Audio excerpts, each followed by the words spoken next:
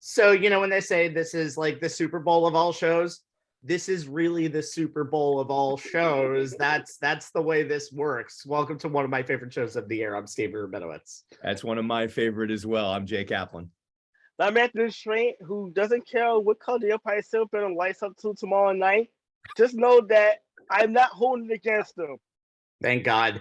Welcome to the Super Bowl 57 edition of On the Sports Lines. Our fourth, Mr. Joe Tufaro, will be here in just a little while.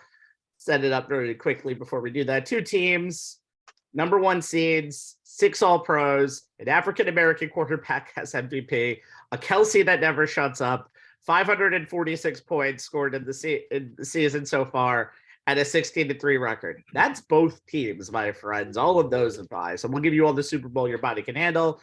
We'll also talk refs with Joe Tufaro, coaching carousel, and a lot more. And oh, come on. We're gonna have, the Brooklyn Nets are leading off this show. God damn it. Oh, well, Anthony's Super Bowl is now officially here. All right.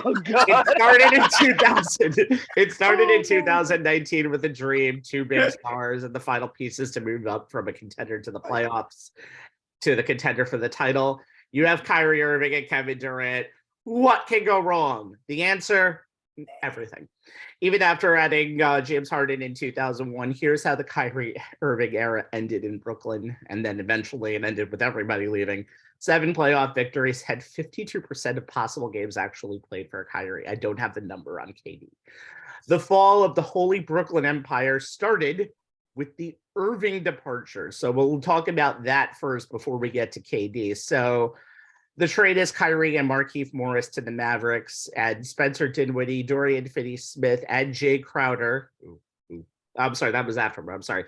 Spencer Dinwiddie, Dorian Finney-Smith, a 2027 second-round pick, and a 2029 first-round unprotected pick come back to the Nets. Anthony, as the foremost Kevin Durant, as the foremost Kyrie Irving expert on this very show, and we've had a lot of talks this week where I feel like you've got a little crazy. So I'm going to bounce back on you for a little bit. Sum up everything in the most succinct way possible. You don't have to be as succinct with it, but do it as close.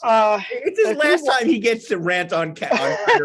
It'll never be the last time, Jay. There's never a last time. He'll be contractually obligated, so let the man have his fun.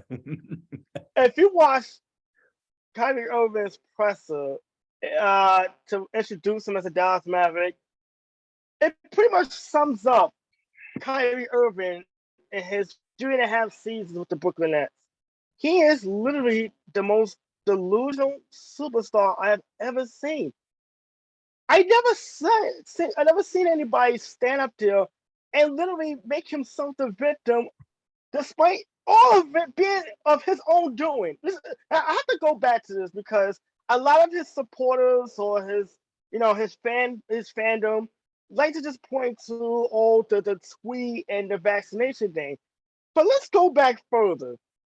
It was stories coming out before his first season that there was issues. He was clashing with coaching staff and clashing with trainers during the next camp leading into the first season. Then he throws his teammates under the bus by complaining publicly about the team needing more to win a championship and naming names in the process. Then he whined on social media about life being bigger than basketball after Boston fans booed him in a game he didn't even play. Then he plays 20 games. Kenny Atkinson is fired, by the way. This is in year 1. And then we have the shutdown of the season, the pandemic. And then he tries to, and then as vice president of the Players Association, he voted for the restart in the Atlanta bubble, only to try to convince other players not to participate and use the George Floyd and the protesting as an excuse, but only after the league told him he was not invited being a player on injured reserve because of the limited amount of vaccine test kits that was going to be in Orlando. And let me also add to that, he wasn't truly that injured going into the bubble. He it never really gets into it, but a lot of people think if it was just a regular season back into it, he would have been able to play, but he kind of thought he knew his situation and just wanted to finish out the first season just collecting paychecks. Yeah, and that's year one. Year two, after just a couple weeks after the season starts, he disappears for 2 weeks. He needed time off. He used January 6th as an excuse. And what does he do? His GM and his coach don't know where he is. He shows up in a Zoom meeting, by the way, while his team is playing at the same time. He's caught out partying with no mask on in a club, and then has to quarantine for 2 more weeks on top of the time he's already missed. So it's pretty much a month that he misses. And then he gets injured in the playoffs, which started at the end of that, towards the end of we're the next best chance to win a championship. And this this rendition of the super team. And then we get the vaccination issue. Then we get the tweeting, the anti-Semitic movie with the truthers and all that stuff. Every year there was something with Kyrie Irving as a member of the Brooklyn Nets. He missed 141 games in 3.5 seasons with the Nets. Not all of it injury related. Keep that in mind. He played 156. The big three combined for 17 games total. Kevin Durant and Kyrie Irving had a tantrum. 74. That's not even a whole regular season game. And he dares complain about feeling disrespected by a team that gave him more chances than a cheating boyfriend who keeps promising this time it'd be different. Are you kidding me? This is the same guy who literally sat there and complained about how he did his job. He was a team player. He was a leader. He requested a trade in the middle of the season when the team was actually winning, who just won 18 out of 20 games at one point. He's also an individual who literally complained about why no one talks about his work ethic. I'm sorry, but for an employee to like you and your work ethic, don't you have to show up for work once in a while? That would be like giving a part-time who works once a week a full-time salary and a 401k and a raise. Oh, but he's still working 1 day a week. No question, he's very talented. I give him that. But the guy is delusional. And he literally believes. I read an article in Yahoo Sports that said the Nets' biggest mistake as far as losing Kevin Durant was holding Kyrie Irving. And my counter to that is, how can you hold a guy accountable who always sees himself as a victim? Because Kyrie Irving saw himself as a victim in Cleveland. He saw himself as a victim in Boston. He sees himself as a victim in Brooklyn. And already the story's coming out. He's leaving and going to the Lakers in the offseason. That can't make Maverick fans feel great because they know he's on a rental. When the story's going to come out when he's a victim in Dallas. And then eventually Kyrie Irving is the individual who just thinks everything is a conspiring issue against him. He doesn't see, he plays some part in a lot of these things. Oh no, he plays all the parts. A lot of it. Like the Vax thing, personally, I respect his choice, but he played that up as a victim too. And I'm like, hey, look, some of that was the Nets' fault for allowing him to be a part-time player. Don't get me wrong, the Nets front office has some blame in all this as far as Kyrie Irving's behavior, but a lot of it still centers around Kyrie Irving. James Harden rumoredly left because of Kyrie Irving. Kevin Durant asked for a trade out because of Kyrie Irving. Kevin Durant defended Kyrie Irving publicly. A lot of the Nets' self-destruction this week in the last 3.5 years has surrounded about one guy that even I was trying to give praise to because he had played his butt off. He played like an all-star. He was playing for money. He was playing for a contract. And then he does this, and then has the gall to make himself a victim. Has said he had no part of anything that went on. All right, unbelievable. Before we get to the Kyrie, or before we continue on here, and we can go for hours and hours on this. The one thing we all can. But I think the one thing that Dallas, which is stupidly done, it's a big haul of stuff to give it. And yes, Their defensive rating is going to take a hit, but this is the NBA. Who the hell plays defense this year? The top team gives up 109 points. This is a rental for Dallas, I think, and Dallas knows that. And I think for some reason they're okay with it because they wanted to get a 1B, even if it's just for 30 games with Luka. I would not agree with it, but that's what I honestly think is the key for that. Well, we'll see. Don't automatically assume it's a rental, Rabbi. I'm going to get into that in a second. Yeah, we'll talk about that in a second, but considering all of that stuff. All right, let's go on to the second part of this. By the way, Kyrie also deleted the apology off of Instagram that he had for that rant. So that's another thing that is really bothersome. That whole week was bothersome for me, almost more than anything Kyrie's ever done. All right. Now for the chef's kiss to the Brooklyn mess. Kevin Durant. Wait. Let me get my stuff in here before you take Well, let me tell you exactly what happened, and then you can have your opinion here. Well, no. I have to set up you. I'm already set up. Of the shit. Yes. But Kevin Durant left at the dead of night at 1 a.m. Thursday morning. Kevin Durant, along with TJ Warren, was traded to the Phoenix Suns for Mikal Bridges, Cam Johnson, Jay Crowder, 4 first-round picks, and a 2028 pick swap. Crowder was shipped later that day to Milwaukee. How do you remember the KD era in? Well, I'm gonna start by kind of like tacking on a little bit to Anthony's Kyrie rant because I had this all laid out before. That's fine. I just want to make sure we get to that. At 7:30 Thursday morning, telling me that KD had been shipped out at 1:30 a.m. So I need to get this off my chest because I want it to be the last time I have to do so. So here's my thing with the trade, and I'm gonna go at both the on and off court stuff. There's going to be a honeymoon period in Dallas where everyone, including Kyrie, will say all the right things. But as Anthony alluded to, he's eventually going to piss everyone off like he always does. It'll be interesting to see what it'll be that pisses everyone off, considering he's going from more of a blue state to more of a red one.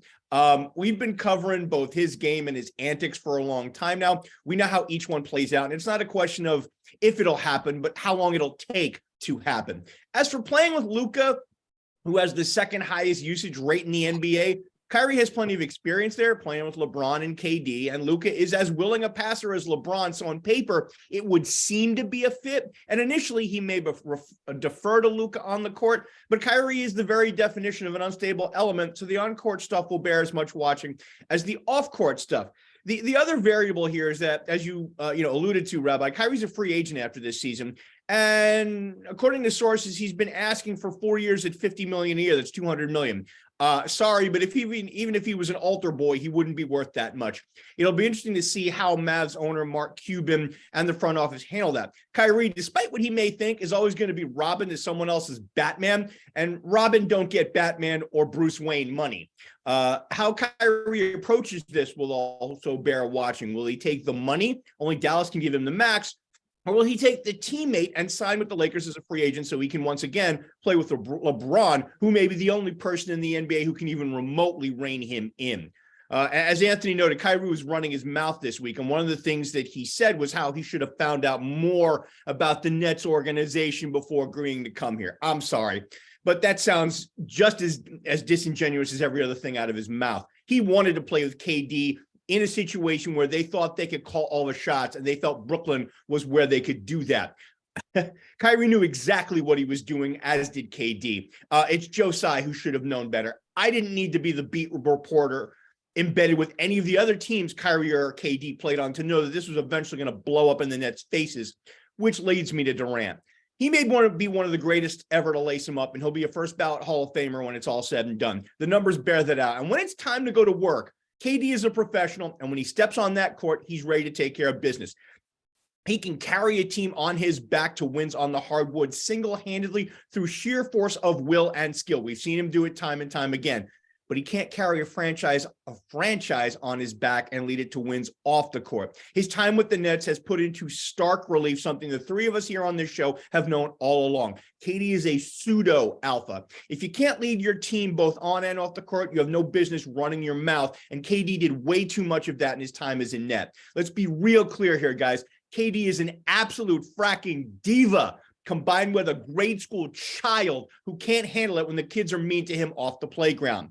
Durant will never admit that the dumbest career move he ever made was leaving Golden State, and that move was all about ego. and his is fragile as hell. You couple that with the media, more social than mainstream, saying he couldn't win a title on his own.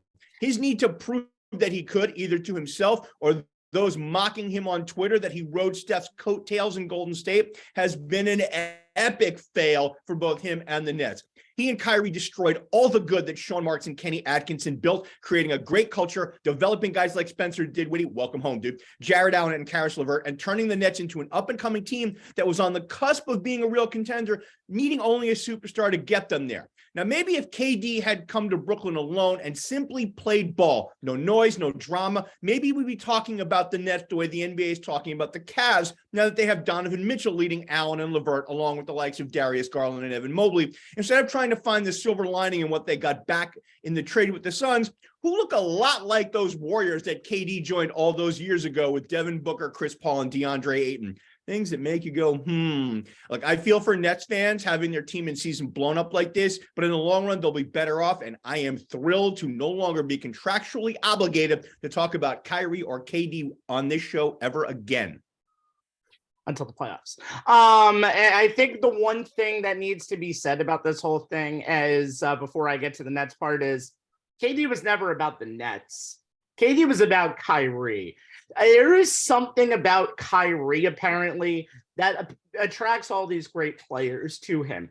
KD was the one. Kyrie was what the he can one do on the floor. That's what I know, it is. but it's also just other things because you have to deal with them in real life. Even LeBron, who had the biggest divorce from Kyrie 5 years ago, is basically whining emo over Twitter while he's about to become the greatest scorer of all time this week, and is saying alienating Russell Westbrook in the process. Yeah, basically, yes, getting rid of Russell Westbrook, although them in that situation. And I don't know. I think there's just a lot of stuff that goes on. I do think this was also a thing that everybody had to deal with, because I think Draymond was sick of KD's diva attitude. And I think that team, Golden State, won a title without KD. And I think that was the best thing for that team's legacy because of what KD came into. And yes, he is one of the, not just a diva, he has one of the most fragile egos I've ever seen of all time of any player who's ever played the game.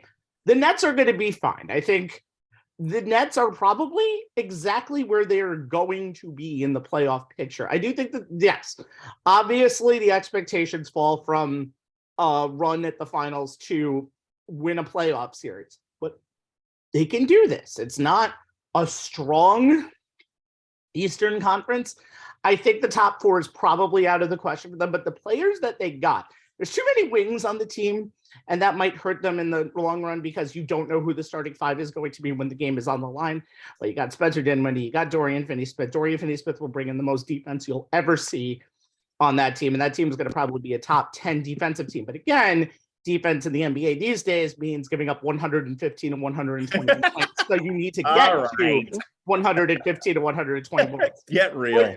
No, am I wrong though? Am I wrong? The top defenses don't give up 120 points. Let's be real here. The top defenses don't not give the up wild and crazy the 80s. Come on now. It's the double digits are a thing of the past.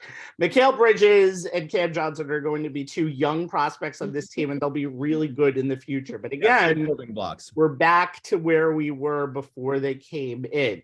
You're going to have all of these teams, but very rarely, if ever, in this day and age, do you not win an NBA title without the star that can carry you.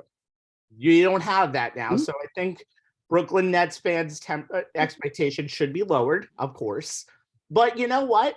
As I said last year, before when they got eliminated by Boston, maybe it was time to hit the reset button.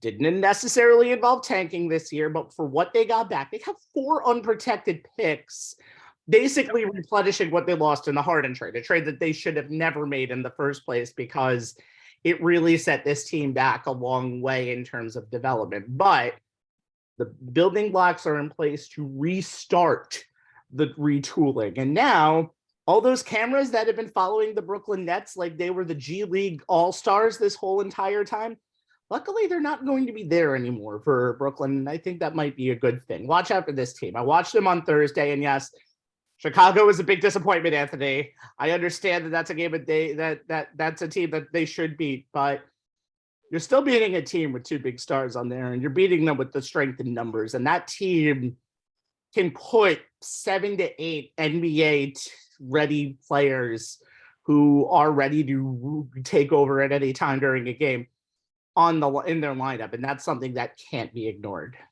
Yeah, I understand that game. I thought it was a good, a must-see win for the Nets, and to kind of see a little bit of what they can be moving forward. I thought it was more of an indictment on the Bulls situation than the Nets. I think the Nets. I mean, they won a game they needed to win anyway, but that's how I looked at the game Thursday night. I didn't want to put too much into it. No, But you don't put too much into it. Remember, there was also no Mikal Bridges or Cam Johnson in that game. They'll probably be on the team as of next week. And by the way, Kevin could be available tonight. By the way, they will be available tonight. That's awesome. But again, also one thing I want to say: don't be surprised if Kevin Durant doesn't come back until March. Just saying. All right, we're going to let on Joe Tufaro right now as we set him up for our rest of the Super Bowl edition. We'll set him up while I keep talking because that's the way it is. Sure, Good afternoon, Mr. morning, Tufaro, or good morning in your state of the woods. How are you guys? Good to see you, my friend. You know what time it is, thank God. Let's get to the biggest spectacle in the world of sports, Super Bowl 57, as the Philadelphia Eagles and Kansas City Chiefs meet for the richest prize in sports, a Lombardi. The scene at State Farm Stadium will see the long-suffering Chiefs, whose fan base has been hosting the AFC Championship 5 years in a row, didn't even have to go to Atlanta for their 5th AFC Championship, and they're in their 3rd big game in 4 years against the long-suffering Eagles fan base, who somehow went through a rebuild in between Super Bowl appearances and only missed the playoffs for 1 year. And that was the 2020 year, which everybody would have liked to have missed in general. So they're looking for their 2nd Lombardi in 6 years. Let's start as we look at both teams on both sides of the ball. We're going to start with the Chiefs.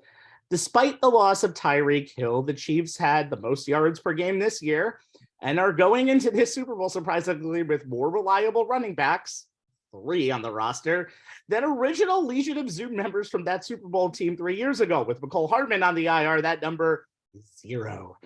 But the constant is the now 2022 NFL MVP Patrick Mahomes. So, Jay, as we look for the Chiefs on offense, what are you looking for in this game specifically? I mean, it may seem overly simplistic, but the Chiefs offense revolves around and is focused on head coach Andy Reid scheming up new and creative ways for quarterback Patrick Mahomes to get the ball to tight end Travis Kelce, especially since everyone knows the ball is going to Kelce, especially whenever the Chiefs need a big play on 3rd or 4th down or in the red zone, or more especially when the game is on the line. Kelce set career highs this season, 110 catches and 12 TDs. His 1,338 yards were the 2nd highest of his career. He recorded a 1st down or a touchdown on 13% of his routes, also career high. He was targeted on a career high 25% of the 3rd and 4th down routes he ran during the regular season, and ranked 4th among all players in catches that resulted in either a 1st down or a touchdown on 3rd and or 4th down with 24. Kelce's going to be going up against an Eagles team that ranks 6th in pass defense DVOA against tight ends. Philly gave up 81 catches and 801 yards to touchdowns. That's an average of 4.8 catches and 47 yards per game. Numbers that ranked in the middle of the pack, but they only gave up 3 scores, which was the 5th fewest in the NFL. In 3 games against the Bills and the Bengals, the 2 teams that rank ahead of the Eagles in pass defense DVOA against tight ends, Kelce averaged 6.3 catches and 80.7 yards per game, which is pretty much straight on par with his regular season averages. So knowing that the Eagles know the Chiefs run their offense through Kelce, how's Reid going to scheme to get him open so he and Mahomes can do the type of damage that wins Super Bowl? I'll be looking at 3 things they'll most likely do. First, how often will they have Kelce run the type of routes that enable the Chiefs to best attack the type of coverages that the Eagles most frequently run? In their base defense, that usually means a soft cover 3 or a cover 6 zone. In that scenario, they run quarter, half, sometimes with a variation, which sets their cover 2 side over the receiver they want to pay extra attention to, which for the Super Bowl would mean Kelce. But that strategy may not be effective against him because Kelce is so good, as we've seen, in finding the soft spots in any type of zones. And Mahomes seems to have a 6th sense for how and when Kelce's about to adjust his route. Kelce did most of his damage this season against zone coverage on crossing routes across the middle of the field. If you include the playoffs, 21 catches on crossers, 19 and a half yards per catch per Pro Football Focus and True Media. 6 of them went for touchdowns, another 12 for first down. So I expect to see Kelce run a few of those during the course of the game. Second thing I'm expecting to see is Reed utilize motion a lot. Chiefs are the most productive team in the NFL with players in motion, ranking number 1 in EPA on throws to targets in motion at 68.93. 3 times more effective than the second place Cowboys, who are 21.91, and 2.5 times more than they were last year when they led the league at only 27.04. The Chiefs average a little under 67 yards passing per game off targets in motion, nearly double the next team, that was New England, at a little under 35. And overall, when they target a player in motion, KC completes 82% of their passes for an NFL best 1,133 yards and 9.8 per attempt. And you talk about motion. Since 2020, no player in the NFL is in pre-snap motion more than Kelce. And this year led the NFL in targets in motion receptions, 34, receiving yards, 418, and EPA at 15.7. And by KC changing his spot before the snap, often while stacking him behind a teammate, Kelce can ensure he doesn't get redirected by a defender. And it also doesn't seem to matter where he ends up when the ball is snapped, whether it's inline, outside, in the slot. He ranked first among tight ends in both yards per route from the slot and when lined up out wide. No tight end ran more routes from out wide, essentially as a wide receiver, than Kelce's 183, and 7 of his 12 touchdowns came when he was lined up essentially as a wide out. The final thing I'll be looking at is for how often the Chiefs utilize multiple tight end formations, and not just because, as the rabbi said, most of their wide receiver room outside of Marquez Valdez-Scantling is suspect for the game due to injury. The Chiefs used 2 tight ends or more on nearly 41% of their offensive snaps this year. Against the Bengals in the AFC title game, they used multiple TE sets on 50% of their offensive snaps, 3rd highest usage in the season. And there are benefits to the Chiefs' increased usage of even 3 tight end packages, jumbo as they call it, whether they run or throw. Extra blockers obviously makes it easier for the Chiefs to run the ball, and also creates longer pass for pass rushers who want to go around the edge to get to Mahomes. When they go 3 TEs, especially away from the end zone, they've been pretty unstoppable through the air. 40 of 55, little under 73% completion, 552 yards, little over 10 per attempt, 9 touchdowns. No offense is within 200 yards of these totals. And the Chiefs were 4th in EPA per dropback out of multiple tight end personnel groupings. And the teams usually have to match a 3 tight end look with their base defense, which allows Reed and offensive coordinator Eric Bieniemy to know what they're getting from the opposing team in terms of personnel groupings and type of coverages, usually more single high safety looks. And this creates opportunities for mismatches. Now, the Eagles don't have a lot of weak spots on their defense, but their inside linebacker group isn't on par with their D-line or their secondary. And the Chiefs can create those mismatches, especially for Kelce, by forcing Philly to keep 2 inside linebackers on the field for as many snaps as possible. Look, the Chiefs have several ways to scheme Kelce open, into, Travis Kelce in position to make plays no matter what type of defensive scheme the Eagles choose to employ. He's such a matchup nightmare that any personnel grouping that Eagle defensive coordinator Jonathan Gannon uses will likely be at a disadvantage, because Kelce can beat you whether he lines up in line, in the slot, or out wide. If the Chiefs' offensive line can hold the 70-sack Eagles pass rush at bay on enough plays for Mahomes to find him, then the Chiefs tight end becomes like Michael Jordan. You can't stop him. You can only hope to contain him. And if the Eagles can't, the Chiefs will win the Andy Reid, Super Bowl. Can't wait to hear those 2 names after tomorrow. The one thing that I want to mention is Travis Kelce. A lot of props have him over 6.5 catches. One thing to note, last Super Bowl, he had 10 catches, 11 catches, 130 yards, but most of that came in the 4th quarter when that team was down most of the game. That was probably the last good thing Todd Bowles has ever done for the Tampa Bay Buccaneers. All right, Anthony, let's talk about the Chiefs defense. They've been on these playoffs. They've been taking hot QBs going into the game like Trevor Lawrence and Joe Burrow and giving them the ultimate punishment and sending them back to Jacksonville and Cincinnati with nothing other than a under 75 QB rating. What are you looking for in this game? I'm looking for the Chiefs front 7 to really take away what the Eagles like to do best, and that's run the football. Look, it's no secret the Eagles run the ball, and they did it against the Giants, they did it against the 49ers. It's pretty much the bread and butter of their offense, the RPO. They're a very zone power running game. You've seen in the playoffs, you saw in the regular season with Miles Sanders going for over 1,200 yards. What I'm looking for Kansas City is the defensive line to set the tone. Get a strong push, win the one-on-one matchups up front. And also, you keep this in mind, for a team as good as Philadelphia is, they do take a lot of penalties offensively. They do take a lot of false starts. We saw it a few times throughout the playoffs, particularly in the first half against San Francisco, where they pretty much killed their own drive before finally putting that game out of reach. But also a key member of that RPO offense for Philadelphia is Jalen Hurts. And obviously he's dealing with the shoulder injury. His run production has taken a dip a little bit.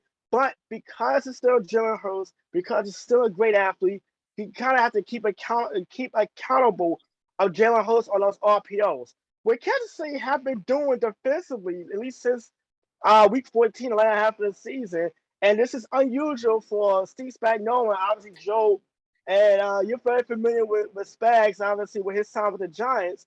Spagnuolo liked to blitz an awful lot, but Kansas City had played a lot more zone since the end of the season. And part of it is because they have a guy like Chris Jones who can get the pressure on the quarterback.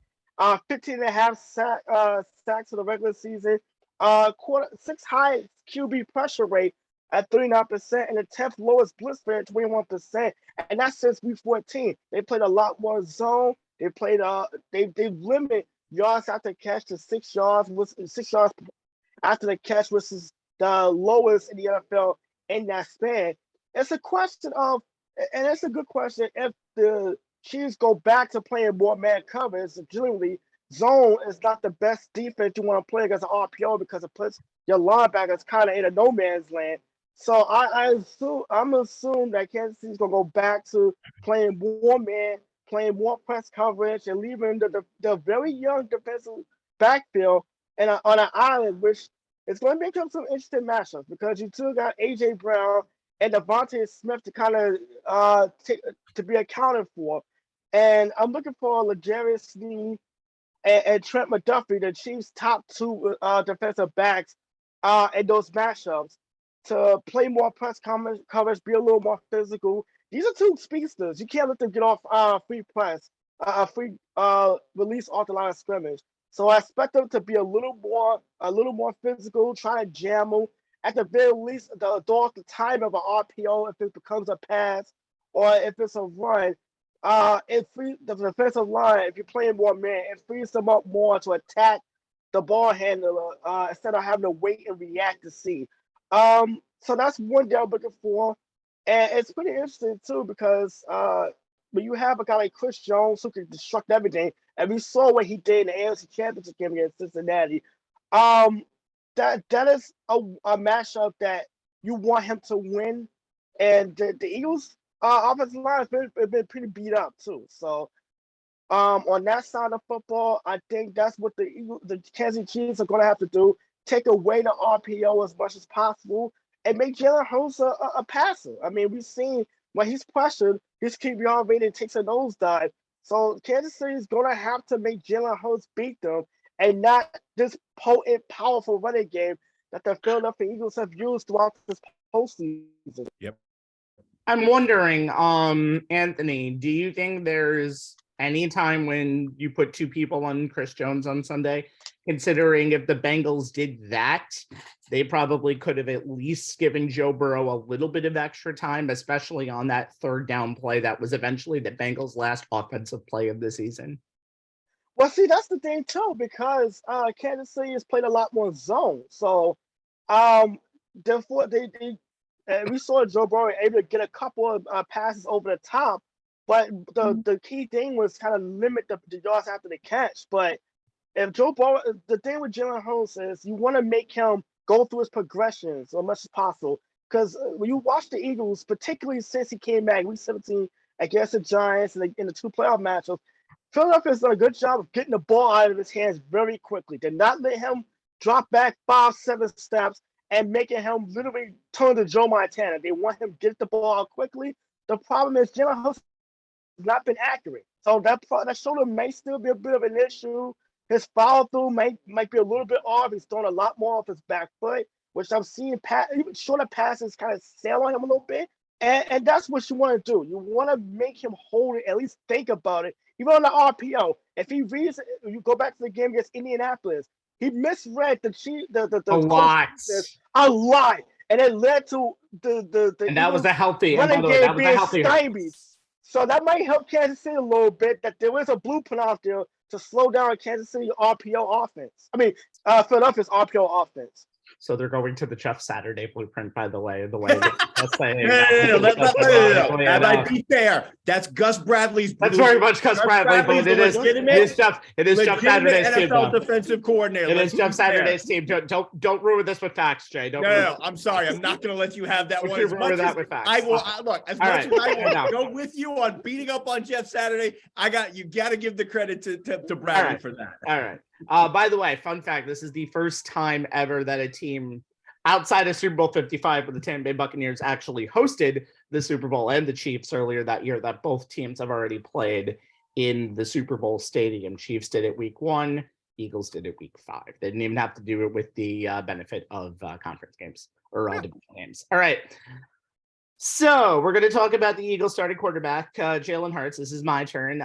Just like Mahomes 3 years ago, in the game in the Super Bowl. This is only his second full season actually starting. He had 35 TDs, almost 4,500 yards total, and he would have been, in my opinion, if he just played the final few weeks of the season, he would have been much closer to Mahomes in the MVP race, if not beating him. But Mahomes did throw for the most yards ever in a single season. Understandable, whatever. But the Jalen Hurts that we've seen in these 2 playoff games is almost an incomplete on your report card because he hasn't had to do a lot. Usually it's a 14-0 lead before he has to really throw a meaningful pass. And then in the San Francisco game, the one pass that he threw complete was incomplete over to Devontae Smith. And he only completed 15 passes that game for 121 yards. And in that first half, he did not look good against the San Francisco defense that was mostly healthy. The only reason why the Eagles won by as much as they did, but San Francisco just self-destructed in that second half because they saw that the ball boy was currently a quarterback. You don't really have when the ball boy is currently your quarterback. So with that being said, that's going to be the key for me. I think it's just depending if Jalen Hurts can be accurate with his throws. I think he wants to throw more because I don't know what the shoulder has done to him. His rushing yards have been pedestrian. I'm now going to take the Giants game out because that was just a weird game in general, and I'll take the 2 playoff games. 9 for 34 in the second game against the Giants, the playoff game, and 11 for 39 against the 49ers. None of this is great. His yards per game was 5 yards for the throw in 6.4 yards in the Giants game, and 4.8 yards in the 49ers game. Again, with that long pass withstanding, that wasn't complete.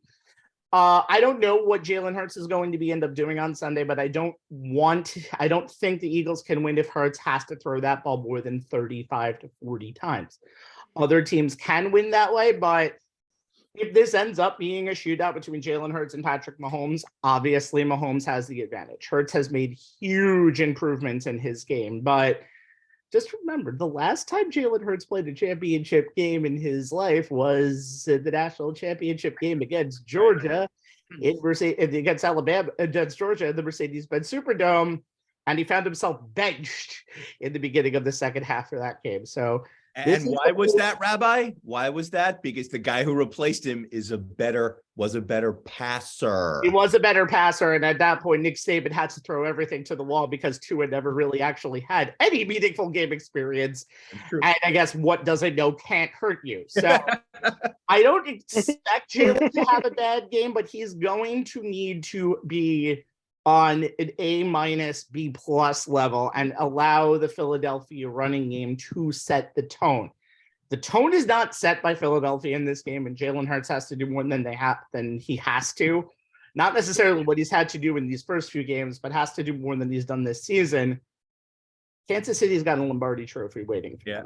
I don't know if it's one of the prop bets, Rabbi, but you mentioned Hurts and passing. I think 30 attempts is the demarcation line. If he's able to stay under 30, closer to maybe maxing out at 25, that means the Eagles are probably in good shape. If he is encroaching towards 30 and, like you said, has to go over it, that means they're. If he goes over 40, this is probably a Kansas City blowout. I think they can still win in that 30 to 40 range because, again, the line of demarcation for quarterbacks these days is much higher But if it's anything over than that, you can pretty much collect your checks over in whatever places you're going to, if their checks even exist anymore. Oh yeah, That's because the just more he my has to throw, the more it plays into what Spagnuolo would really like to do, and it'll let him tee off. All right. Joe, we haven't heard from you, and now it's time for that. Under center, the Eagles defense is number 1 in sacks this season. We talked about this before. He had 70. Second on that list was Kansas City, 15 sacks behind. That's basically an all-pro player of sacks behind. Joe, is it that simple on Sunday? Rush the quarterback, get to the quarterback, win the Lombardi? Well, yeah, I won't add the last part in there because I think but I do think it's that simple for the Eagles. I think their game plan just plays into every game. They don't have to do anything different. They don't have to find a way to stop anybody. They don't have to find a way to defend differently. They don't have to come up with too many different schemes. When you got 4 guys you can get to the quarterback the way their front 4 can, you don't have to think about blitzes. You don't have to think about double coverage. You don't have to think. You've got it laid out in front of you to do what you do. You've got some good corners back there. Obviously you got a couple of good linebackers that play, but there's really nothing more to do here than do what they do. And again, they have to be careful, and I think they're smart enough to do it. We saw it with San Francisco, to rush, the proper way, to not give Mahomes his escapability, because we all know he can eat you alive with that, just as Jalen Hurts can. But I think that they rush him smartly. He's not the most accurate guy in the world. Sometimes when he's looking around too much, Patrick tries to do too much. And he's much better getting it out of his hand a little bit quicker also, or improvising something as he goes along. So, to just surround you, but it's not like you're just going to just surround him and let him throw the ball all day. They're going to get there because that's how talented those 4 guys are. So I think on defense, again, I don't think they have to make any adjustments. It's not like Anthony was talking about with Kansas City, where they have to kind of change what they do. You got to maybe play a little bit more zone. You have to do this. If you're Philadelphia, you just do what you do. You rush the quarterback, you play the run tough. Again, they put that line together very well. They're all very talented. And to be that far ahead, as you said, Rabbi, and I think that's what lends into these games with them having these 14-point leads like this, is they get one break, they get a score, they get a pass that was dropped, called a reception, they score on the next game. All of a sudden you're down 14 points and now you change your game plan because you have to make up points. So I just think the defense has had it simple all year long, basically, of just do what they do. And all of a sudden they're defending 21-point leads, which just plays right into their hands even more and more and more. So I don't think they have to change anything. I think they can put a lot of pressure on making Mahomes perform, making guys find their ways to get open.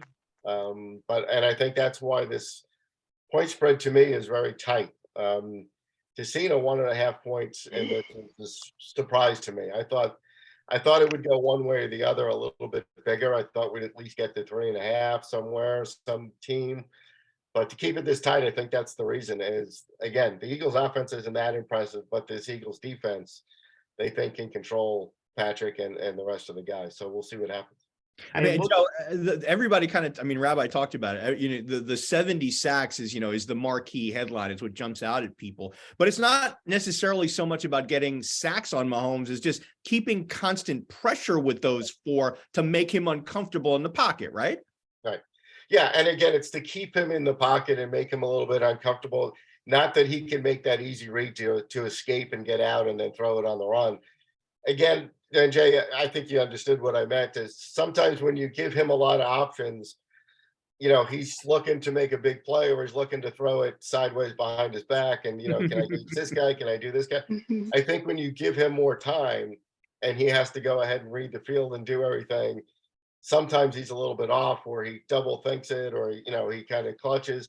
So, and then he'll put himself in some bad spots. I think he's much better being quick, athletic, get the ball out of his hands, run when he has to, throw it on the run, do different things. I think sometimes when, even getting flushed out to one side, that's still a strength of his, throwing on the run, even, he's proven, again, as somebody said, So I guess Patrick Mahomes on one leg is still better than 80% of the quarterbacks in the league. Yeah. But even that plays into his game, right? Making him go one way, looking at one side of the field, making some kind of crazy play, deciding where that's run. Sometimes when he's just standing there, jumping around, is when he gets a little bit inaccurate and can do some stupid things. Did that a lot last year, by the way, and that's one of the reasons why they struggled a lot in the beginning of the season last year. And this year, he kind of settled that back a little bit. One thing that I'm very curious to see if, I mean, the AFC Championship seems like a decade ago now, but seeing the Bengals the week when they played the Bills and constantly getting to Josh Allen and not really being able to get to Patrick Mahomes, and even the one time that they tried to get to Patrick Mahomes, that was the game ender right there. Not just the fact that you had the 15-yard penalty out of bounds. He got out of bounds and got into a position for new downs because Patrick Mahomes was still very much with a bad ankle at that point. And he's not listed. Neither quarterback is listed on the injury report. You didn't think they would be. But that's going to be something to kind of keep an eye on. If there's any time when Patrick re-injures or retweaks that ankle, and to see if the Eagles kind of take that as chum. And like you said, as bad as that penalty was, he had already gotten the first down and they were going to continue going. And he was starting to show, like you just said, he was starting to show that escapability where you guys want to keep coming. I'll just find that open spot and I'll run for 8, 9, 10 yards and we'll just keep going. And again, always have plenty of time. They always have all their timeouts. They're amazing how that works. Pick your poison with him. And he retweaked his like early on in that second half too. Yeah. The power of modern medicine, a cornerstone shot and treatment. Modern medicine. Your guts. I think we need to talk about Anthony, I'm sorry. You can't say show. Modern medicine and then invoke cortisone shots. Those have been around for for decades. Come on now. Yeah, but when you had an athlete getting the crap knocked out of you, I call it modern medicine because you can finally actually stay in a game. It's like getting the crap kicked out of you. And modern medicine is definitely a little bit spotty after this year. That's all. All right. So guys, it's prediction time. Recording stopped. No, wait, I'm sorry. Recording is going to continue. We have to put these, unfortunately, on. Contractual obligations. So let's do the usual.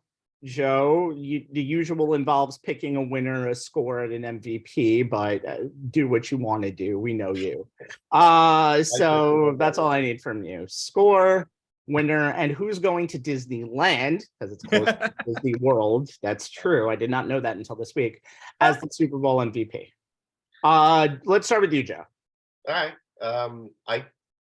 I can't possibly pick the team in green. I can't, See, Giants fan. Talking about contractual obligations, I'm not allowed to say their name, so I'll just call them the team in green. But I do think that there's again this overlooking of, again, everybody looks at some stats, everybody looks at some different things. I think the Chiefs are getting a little bit of a short change here, and also seeing the point spread open as Kansas City -1.5 and then flipping to the Eagles -1.5, which is just driven by money that's been bet. So I'll take Kansas City.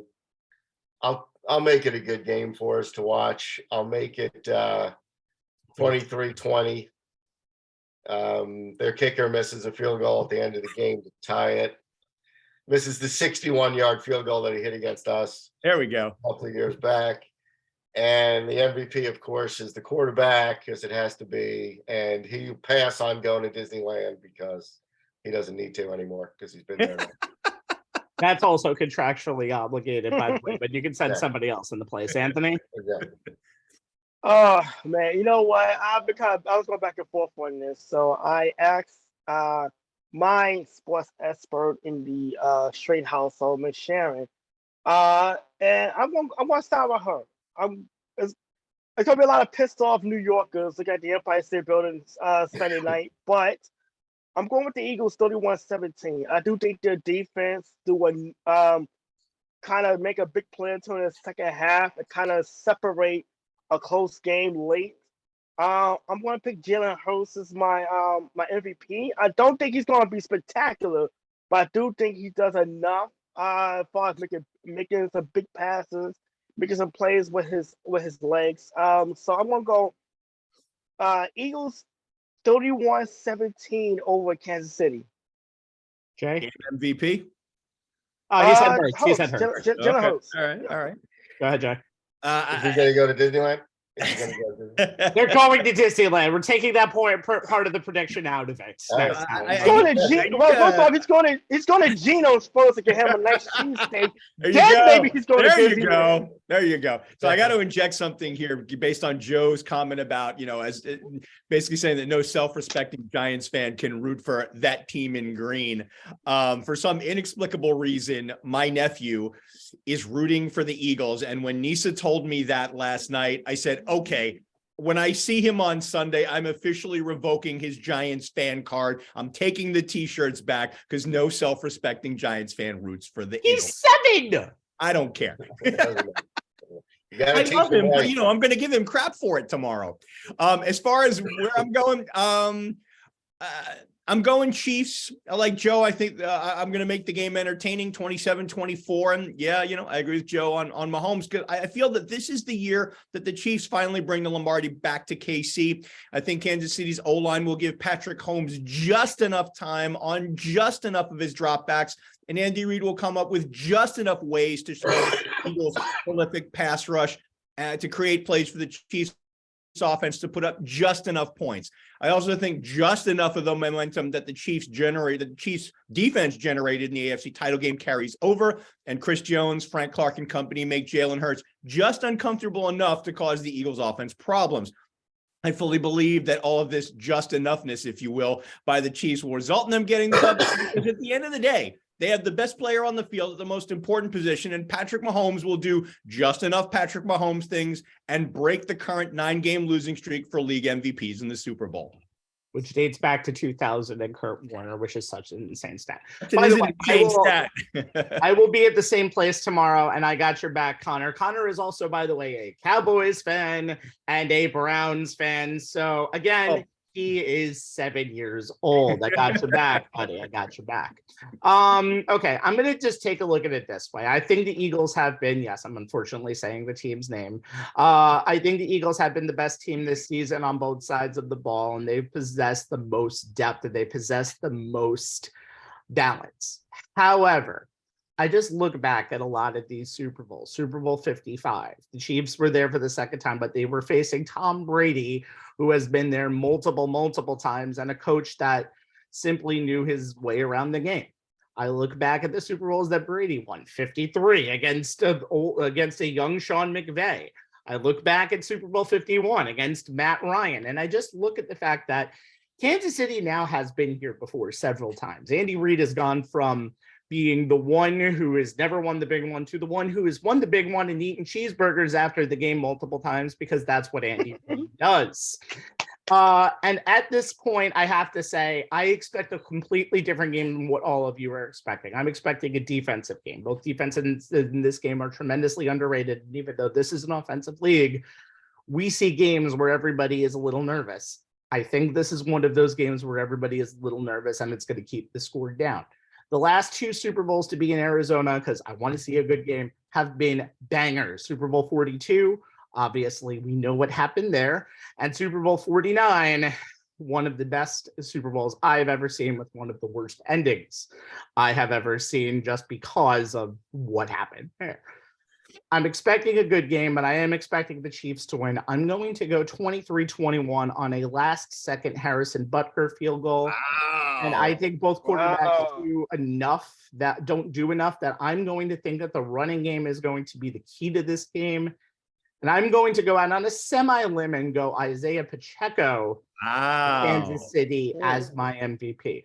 I was thinking of going Clyde Edwards-Helaire, who just got reactivated for this game, as my MVP and my LSU bias, but I have to think that the rushing game is going to be even more important in this game. So Chiefs for that. And this is going to be very interesting. And I really hope this game is good. And I hope I don't have to leave at 9 because the game is so boring, but we'll see what happens.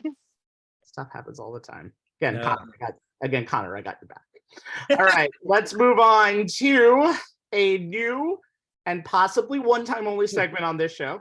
called Ask the Ref, where our real life ref and Joe Tufaro, who also worked on an NFL Twitter account last year called Officially Speaking, if I'm not mistaken. Did I get the name right? I don't even remember what it was. Yeah, I know it was something about Yeah. unforgettable refs or something. Yeah. It was pretty good. But we're going to ask him some questions about some of the reffing this season, and I'm going to even get a story out of him or two, but he's been wanting to tell it, so it's not really getting anything out of him. So. Jay, kick off. Yeah, so I'm sure the three of us at some point are gonna bring this thing up, but Roger Goodell may not see an issue with the officiating across the NFL this season. His quote from his annual Super Bowl press conference Wednesday afternoon was, "I don't think it's ever been better in the league." Plenty of folks disagree, especially in light of the crazy and controversial final 10 and a half minutes of the AFC title game, which devolved into a comedy of errors, which further served the argument that the NFL is an officiating problem that is getting worse and worse. Now, we had an incorrectly spotted ball, a respotting of that same ball with the play clock under 10 seconds, confusions over seconds being added back to the play clock, the replaying of an unsuccessful third down. It was one of the most embarrassing officiating performances in recent memory. And even Mike Pereira, the longtime NFL official and officiating chief, who is now the rules analyst for Fox Sports, had to agree, and his quote was, "No, it was bad. It wasn't really what they called or failed to call. It was the sloppiness of what happened," end quote. And when you couple all of that with the fact that Carl Sheffer is the referee and his crew is working the Super Bowl, they've thrown more flags than any officiating crew this season. Joe, I got to ask you, as a Zebra yourself, how concerned should the Chiefs and the Eagles, as well as the fans, be that officiating could be an issue in this game? Yeah, and again, when Roger says something like that, it's because if you do take it in a big picture and you say, there's 45,000 plays run and you guys are complaining about 10 of them, I got to say, yeah, it's pretty good as it is also. So, and it depends on how far back you want me to discuss, the roots of where all this has started. So Carl Sheffer's crew is not doing the game. Carl Sheffer's is doing the game. Right. It's an all-star crew, basically. 6 guys that are the top-rated guys from each position doing that, which makes it very difficult on everybody. And this is the same thing in the championship games that happen. So let me just go back to, let's do it in order here. So Sheffer's crew during the year did throw the most flags. Okay, Carl Sheffer's has been in the league for 22 years, I think it was. 23. But Carl Sheffer started, doing college games as intramural games, then went to high school, then went to do some junior college games, went to the NFL Europe, did all these stuff. So the guy's been doing officiating for 40 years. The thing about Carl is, and he's still a member of his high school association in Long Beach out here, which is something that's really interesting and shows a lot about him, is he's always been the guy that's been a good teacher. Both his parents were teachers. His father was a Pac-8 official back in the day. Wow. When college football made sense. And so he's always been a teacher. So if you go through his crew, his regular crew during the year, he has 23 years, and Jeff Seaman, whose father was an official, has 21 years experience. The other 5 guys have a total of 25 years experience. Wow. His umpire was brand new, and then his back judge had 5 years, and his field judge had 4 years experience.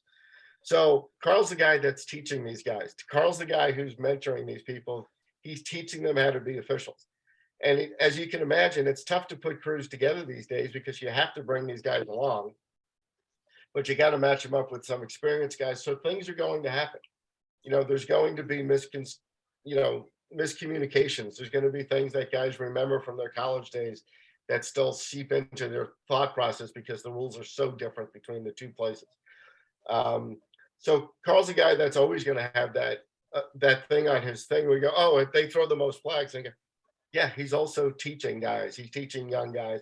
And the reason we have so many young guys in the thing is because TV wants them to all look the same. They all want them to be 165 pounds and 5'10", and that's all it is. It's, they have to take a body mass index test before they go on the field. I mean, it's stupid to think that a guy, when you have 355-pound guys as linemen, that, as we call them, dancing bears, who are extremely athletic, you're telling me an official can't be slightly overweight or just be built differently than somebody else and be just as athletic or just as smart doing their jobs.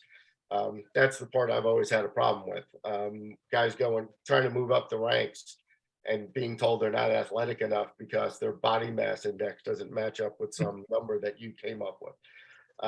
So anyway, Carl's crew is not doing the crew, but Carl's doing the game. And I can get into the story Rabbi referenced earlier. Is I played golf this week with the guy who runs the club, the NFL at Lambeau Field. Now, those guys get graded too, and they get brought along to different playoff games and stuff because the home team can never have their chain crew or their clock guy or whatever doing the game because, everybody else would have a heart attack if, the home team guy was keeping the clock. So the Lambeau crew got picked to do that AFC Championship game. So crossover, NFC clock crew does the AFC Championship game. They were rated the best. They were rated, this guy's been doing it for 30 years. Before that, his father did it for 30 years in Lambeau.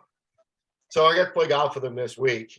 And after we were introduced and we talked a little bit, he found out I was an official by one of the other guys. And we talked, and, I told him I knew Ed and I knew all these other people and Garth D. Felice. And so he told me the story because I said, so now that we've got this little relationship, you got to tell me what happened. I said, because I'm certainly not going to take it from Jim Nance's mouth of what was going on. Neither should anybody ever listen. And that is fair. That is fair. So what happened was, and again, because you have this all-star crew, which means you have 7 guys with huge egos that have been told they are the second best at their position in the league. And that's why they got this choice of 2 championship games and Super Bowl. So they knew they were in that mix going into the playoffs. They have that incomplete pass on second down that wasn't really sure immediately if it was incomplete or not. So there's a little bit question between the line judge and the umpire of exactly where the ball should be spotted, because it was only like a 2-yard pass or whatever it was. So they agree on a spot, they put it down, and now the clock operator can hear the officials talking to each other, but he can't talk back to them. But he gets to hear all the communication going on. Mm-hmm.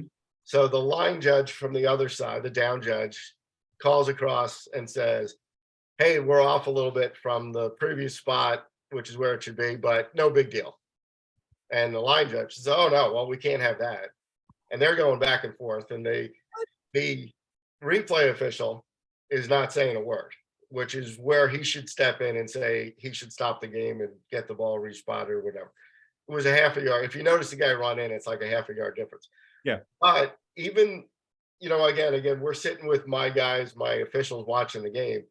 The guy runs in sort of slow, stopping the clock, like he's not even sure if he wants to do. We didn't even hear a whistle, if I'm not mistaken. I went back and tried to listen to that play again, and I didn't even hear a whistle stopping. And again, you're always going to say, it's the sound of the stadium, whatever. But yeah, it is odd. He comes in and he moves the ball back. It's seriously like from one side of the line to the other. Not the biggest thing in the world. That, again, would not have killed you if that's where it went, but that's fine. They get it right.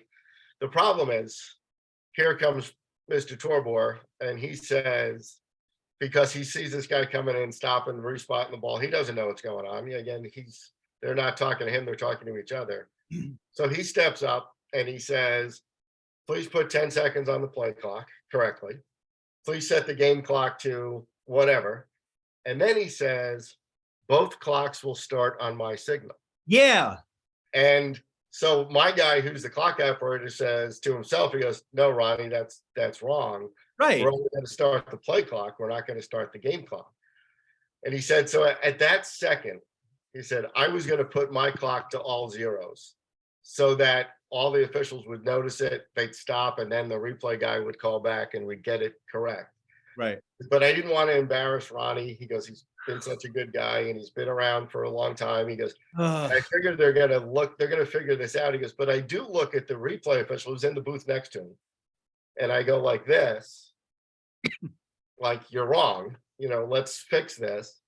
And then the side judge comes running in, stopping the clock. Now, this is where Nance gets to be an idiot and goes, well, I know we can't hear the whistle, but could somebody at least raise their arms? I go, well, Jim, you're there and you shouldn't be watching TV, Jim. You're at the stadium.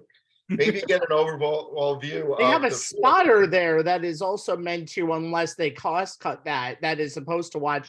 You can watch a TV as much as you want, but there's like a spotter there who's there are multiple spotters. Right. And that's, that's what, again, we can get into next year. We'll get into why announcers piss me off so much because again, they always go, oh, I don't know how they didn't see that. I go, how they don't have 7 guys tapping them on the shoulder and giving them no. Yeah, what was the comment? I think either Blandino, and they don't have a delay. They have 1/26th of a second to make a call. Yeah. That was probably a Sterator who made that call. The TV, as we all know, is at least 30 seconds behind real life. So yes. It's ridiculous to have that conversation. Anyway, guy comes in, he stops it. Again, nobody sees him, nobody hears him. So they run the play, and of course he doesn't want to get run over, so he gets off the field. It looked I mean, all of our guys, we got text immediately like, well, that looked terrible and that looked off. But again, the process is to get it correct. Which brings us to another question of this expedited review and what the job of this review guy really is, this replay official really is, and how that should be used. And it's kind of being used like half at this point. It's not really being used as a full replay system, which is, I think you guys know me well enough at this point where if you're going to show it on TV, then let somebody on the official staff watch it on TV and make those changes. Agreed. And that should be used in every game. The problem is, and we all agreed on this a couple of weeks ago, the 2 fantastic NCAA semifinal games were 4 hours long. And there's no way anybody in the NFL offices is going to go, hey, we should go to replay on every game. Because there's no way, because they've done how many things to try to get the game quicker, right? To try to get it under 3 hours. If you added a replay official with the direction that you are to make sure every play is correct and that every penalty is to be reviewed, and we're looking for targeting, and we're looking for this, we're looking for a defenseless receiver, and we're going to. This game is going to go on for days, and especially Super Bowl, which already goes on for 4 hours, and because of the stupid.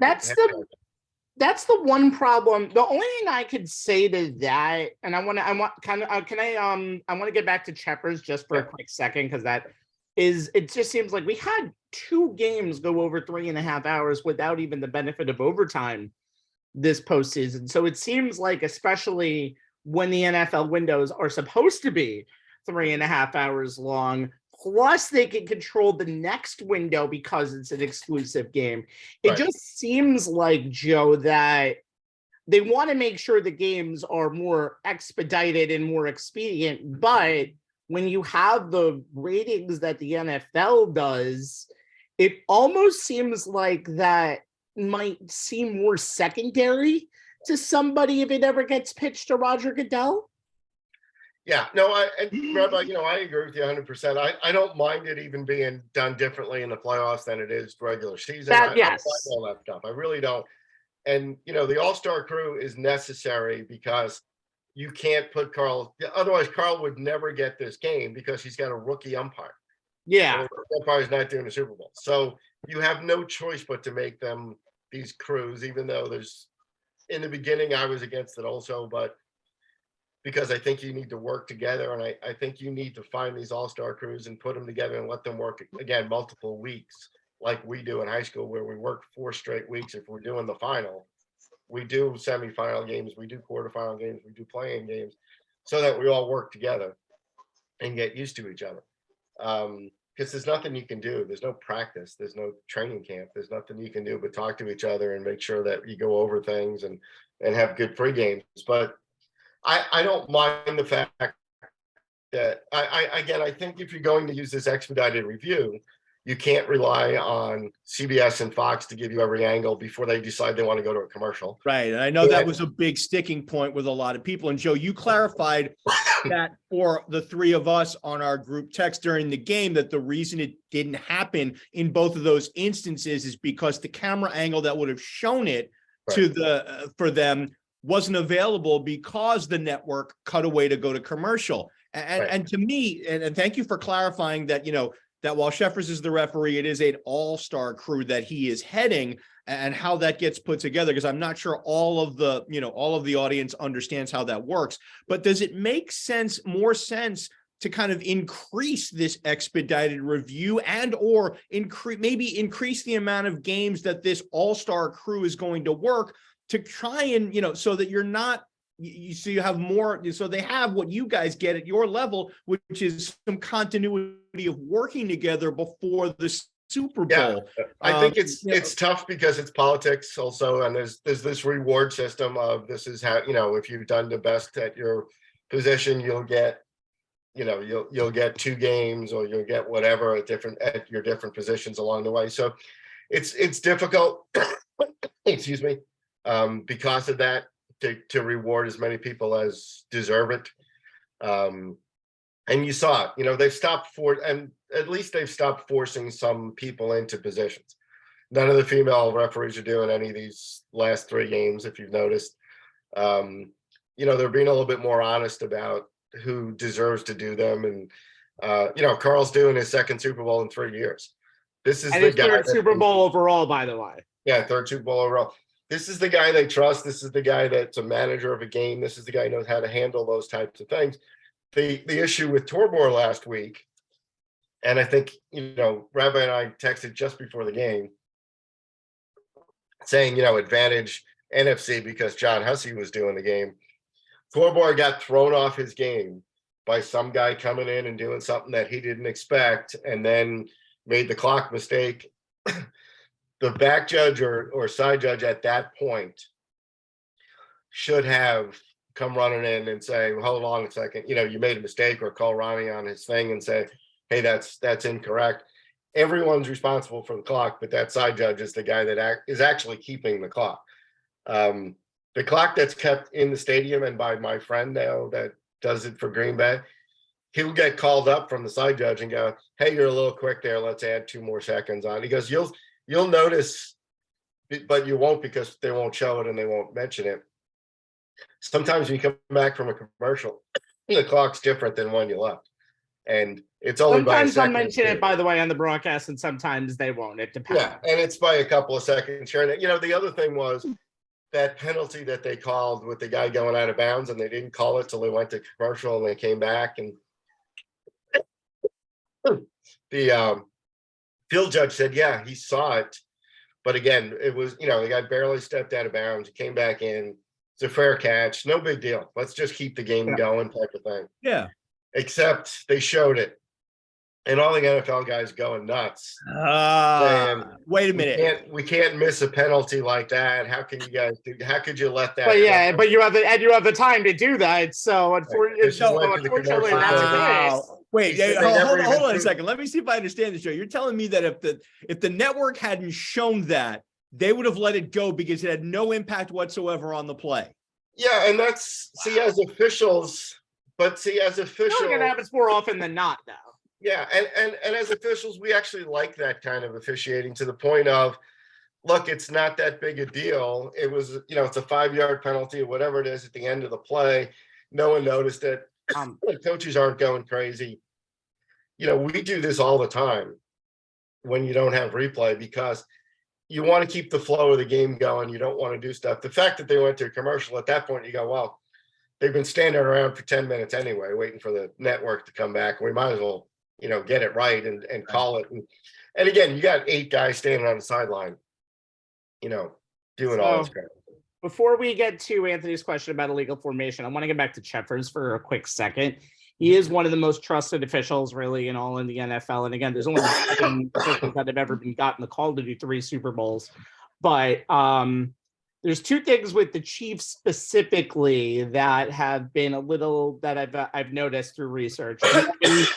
In the week when Brady got the weird roughing the passer call against Atlanta, that has been kind of like the model rule of everything this season of how stupid it is. there was a similar call on that Monday Night Football game that Chris Jones got against Vegas. It did not cost them the game, but it was probably even worse and almost like a soft call. And then take that back to Super Bowl 55 in what was entirely the Chiefs' fault. They got 11 penalties in that game, 8 in the first half, and a lot of those penalties were dumb. In your experience reffing, obviously, I think I know the answer to this, but do teams notice who's reffing these games, especially more now? And do they try to think like, okay, we can't do this, this, and this, or not? Oh, Rabbi, you mean like from the context of baseball teams knowing the type of strike zone an umpire is going to call? Yes. Interesting. Yeah, I was just going to, Rabbi, you beat me to it. That's exactly what I was thinking was, I don't think it's to that level of, again, because for Cruz, you kind of look at it and you, as a head coach, let's just say, I don't think players really care one way or the other because players don't really know what's going on anyway. I think not until after the fact, though. After the fact, they know everything that's going on. Exactly. But I think as coaches, you do look at certain things. And I know that if you see a guy on your sideline that's only been doing this for a year or two, man, are you going to be on top of that guy to make sure he has the right answers to every question you ask him? And that's where they're trying to gain an advantage and try to get a little bit of a coaching, that's a real coach's tool to see that there's a young guy. You got a guy there that's been there for 23 years and you've seen him every, 3 times a year for 20 years because you've both been there. You've seen the interaction of Tom Kaplan with some of the guys before games that they've famously shown on Super Bowls and playoff games where they walk over because all those guys know each other. You haven't been doing this in a league that no one's been around. Now with Nick Sirianni, who has been an assistant coach, so all these guys have been in the league for a long time, right? There's nobody who just walks in the door. The guys who have problems are like the Matt Rules, who walk in the door and think they're going to run the whole place, and the referees look at them like, I hope you know what you're talking about because, we're not going to take too much from those guys because, again, they usually don't know the differences in the rules and different ideas. So I think some guys do. And to come to anybody's aid, I will always say the same thing. And it's funny because here's a guy who's worked for the NFL for a long time, but he's worked up in the clock booth, which is in the corner of the end zone for some reason. Used to be at the 50-yard line. Now they stuff that would make more sense. They just go, look, all you have to see is the guy doing this or this anyway. So why do we care where you're sitting? I think that he said the same thing. He goes, no one on this panel, no one on any panel anywhere except for the 4 or 5 guys that are former officials that are now doing television have ever seen any of these calls from the level that the guy calling it has seen. And again, why I get so upset at a Mike Tirico who says on a long ball down the sideline, gee, the flag came out late. And you say, hey, Mike, he's got interference call. He's got to be watching for interference. He has to watch for the catch. He has to watch for if the guy down by contact or not, if any foul happens after the catch. He has goal line responsibility. And you're telling me that during all that stuff that he's processing, that you want him to make sure he gets the flag out at the exact second that it happens. Not after it happens, Mike. Not so if I see this, why isn't the flag on the ground already? Well, I got a few other things to do. I want to process it. And all of us, if you'll notice, guys put their flags in places that are hard to get to because we don't want the gunslinger mentality of I did this. We want you to process what you just saw. Did it affect anything? Did anything happen immediately afterwards? You'll see guys start to pull their flags on pass interference and the guy makes the catch and they just take their hand off of it and stuff it back in their pocket. That's why we do it that way, because again, why screw up the timing of the game? And again, Mr. Tirico, we don't have a 3 spotters and a statistician and a delay to go, oh, and by the way, the guy who threw the flag was 25 yards behind the play. It takes a little while for it to get there. It's The refs not are a all- video game.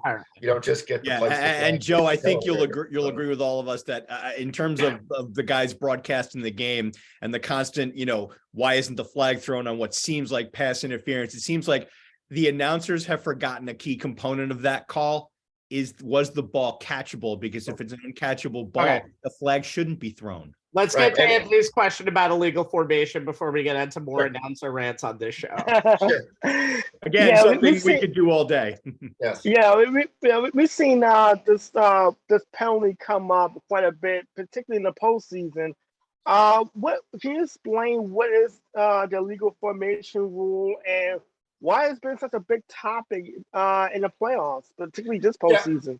And again, Anthony, it's the same point of if you show the formation from above, which is what we all see it from, some things are pretty obvious. But when you're standing on the sideline and you're looking down that row of people, okay, you can only see. And by the way, if I'm the down judge, which is on this side, or I'm the line judge on that side, I only have to the center. So I only have the guys on my side of the field. So I saw Boomer and Gio do the thing with the Kittle catch where they go, oh, Kittle was illegal at the snap and he never should have been able to make the catch. Well, A, you're incorrect, because I'll tell you why in a minute, but A, you're incorrect. But they showed him, they compared where Kittle was to the guy was on the other side of the line, saying, well, he's further back, so shouldn't he be even with him? I go, this guy can't see that other guy, and he's not looking at that other guy. He's looking down his line, and he sees 85 on the end of the line, makes him legal. He sees use check, and everybody goes, oh, he's only like 6 inches behind him. 6 inches counts. And if you'll notice the really good receivers, all your LSU guys and all these guys, when they run to the line of scrimmage, they either put their hand back or they point forward. As an official, if you run up to me and you say, I'm back, and you put your hand back, you're back. I don't really care where you're standing, because you know where you're supposed to be. You're lined up properly as far as you are. I may say to you, if I have time, I may say, well, the line's here. Give him a little spot, because it's always my back leg is where the line is, because we stand with one foot on the front of the ball and 1 foot on the back of the ball. Oh, I didn't know that. I didn't know how that's so okay. The defensive guy has this leg to line up on, and the offensive guy has this leg. Okay. So, Okay. And every part of your body has to be behind that leg. You can't lean your helmet over or whatever. Gotcha. Oh, They know that. The wide receiver, the guys who are out wide and have to, adjust to where they're lining to make sure they're lined up correctly. They're not necessarily using the ball as the marker. They can use the official's you leg. should never be looking at the ball. And it's so funny, because as high school guys, we get guys that watch the NFL and they'll walk out and they'll point at us, but they'll point at us while they're looking in. And, so we don't even answer them. We don't, we've gotten away from all that, but also we're not coaches. So the Washington Commanders play against the Giants, everybody made a big deal about calling that play. Like, if you watch him, he doesn't do anything. He runs up to the line, doesn't put his hand back or put his hand forward, just stands there. He looks over at the official. The official's not his coach. He's not his position. That was the dumbest thing I've ever seen somebody and they go, oh, he asked him if he was okay. I said, no, he didn't. He said something to him. And the official probably patted his leg or pointed or said something. And he jostled around and still didn't do anything. If he had run up and said, I'm on, the guy either would have said, move up, or he would have said, fine. But if you don't say anything, then I have to take you by where you're lined up. So on the Kittle play, which is, to me, is the best one to watch, he's on the end of the line. Juszczyk and another tight end are back. Now, they're only back, again, 6 inches or 8 inches or 10, whatever it is, it doesn't matter. Now, there are rules of saying you're supposed to be halfway lined up with this. Your helmet should be only halfway through the center. That's great if you're going to put it on a piece of paper. But you're doing this in real time, don't forget. These offenses want to run the ball quickly. If a guy walks up and says, I'm back, he's back. And if a guy walks up and says, I'm on, he's on. We always, one of our philosophies that we go through every preseason is make them correct. If a guy says I'm on, just give it to him. All If right. you come back, give it to him. And just let the play go, because he's trying to do the right thing. To be off by a few inches. And again, the last thing you want to do, we have to always tell the young guys, if you say something to him, and here's the problem with the Commander's explanation that night against Washington, is if I say to that guy, move up, and he's moving forward at the snap, now what do I do? Now if I don't call it, I get ripped by the other side. And then if your explanation is, I told him to move up, you're going to get killed because you're not a coach. Yeah. You can't do that stuff. So it's unfortunate, Anthony, that again, we've never seen a game from an official's eyes where you say, you're looking at this view going, oh, that guy, the tackle's back. And yeah, he is. And maybe they've had this discussion. Trent Williams gets called for it all the time, right? He's always a little too far back. Yeah. Now, in the beginning of the game, and we do this all the time in high school, I'll go running in the beginning of the game and go, hey, tackles, you guys got to get back up on the line. If it's on my sideline, I'll go, coach, come here. You got to get him up, because otherwise we're going to call for having 5 in the backfield.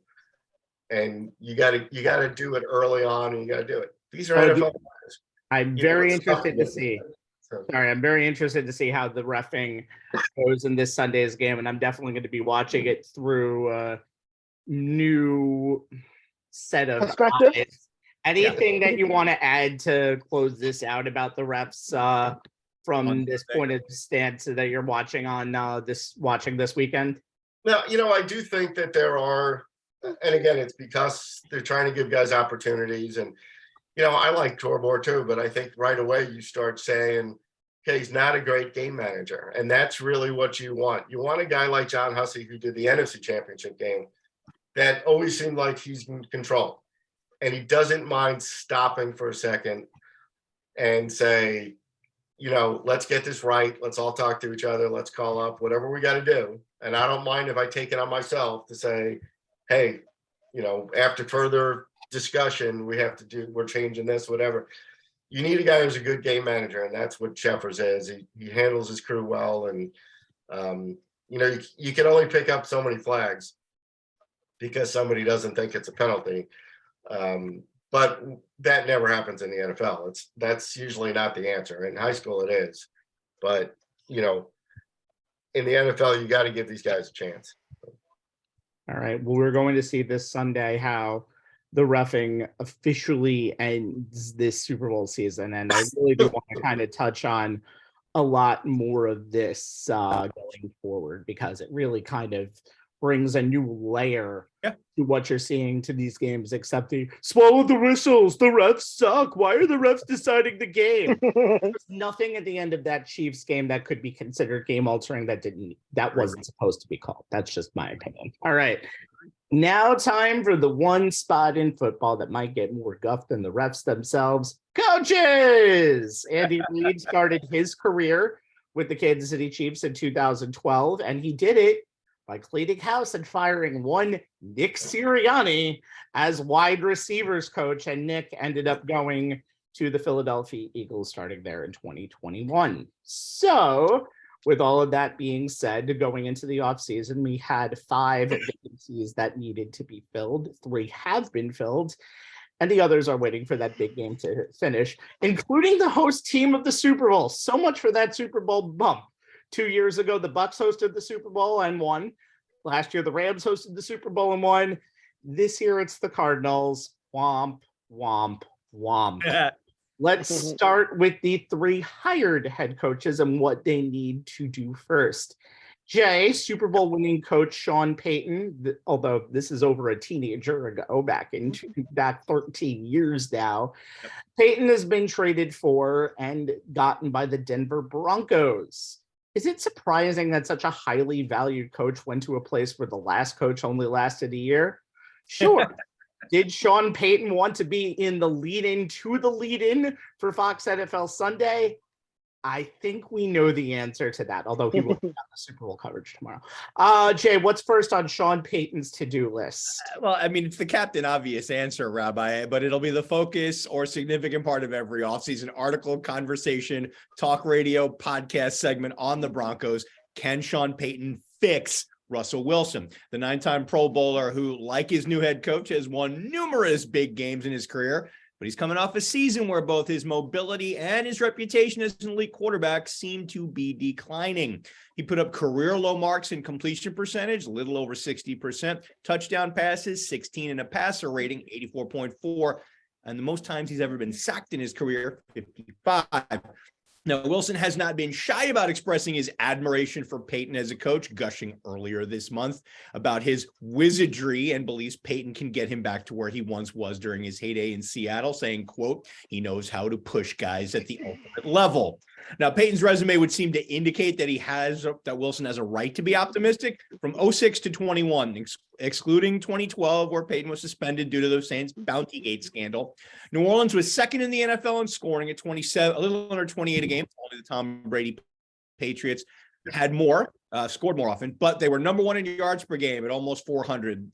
Number one in third down conversion rate, number one in red zone efficiency, number one in total TDs, and tied with the Patriots for number one in EPA per play. Now, Peyton took Drew Brees, who was a decent quarterback in his first 5 years with the Chargers, and turned him into a Hall of Famer who is number 2 all-time in NFL history in attempts, completions, percentage, passing yards, and passing touchdowns.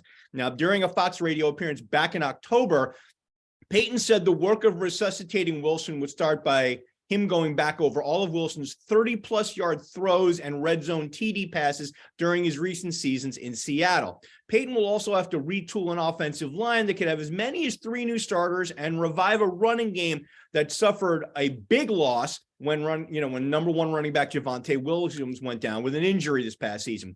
Both situations will affect how Peyton goes about things with Wilson. Now, there are those who are skeptical of this salvage operation, feeling that Wilson's ego is going to get in the way. Now, according to sources, Wilson wanted too much say in Seattle's offense in his last couple of seasons, pushing for more of a pocket passing scheme similar to ones run by Brady and Aaron Rodgers, rather than one that emphasized his mobility.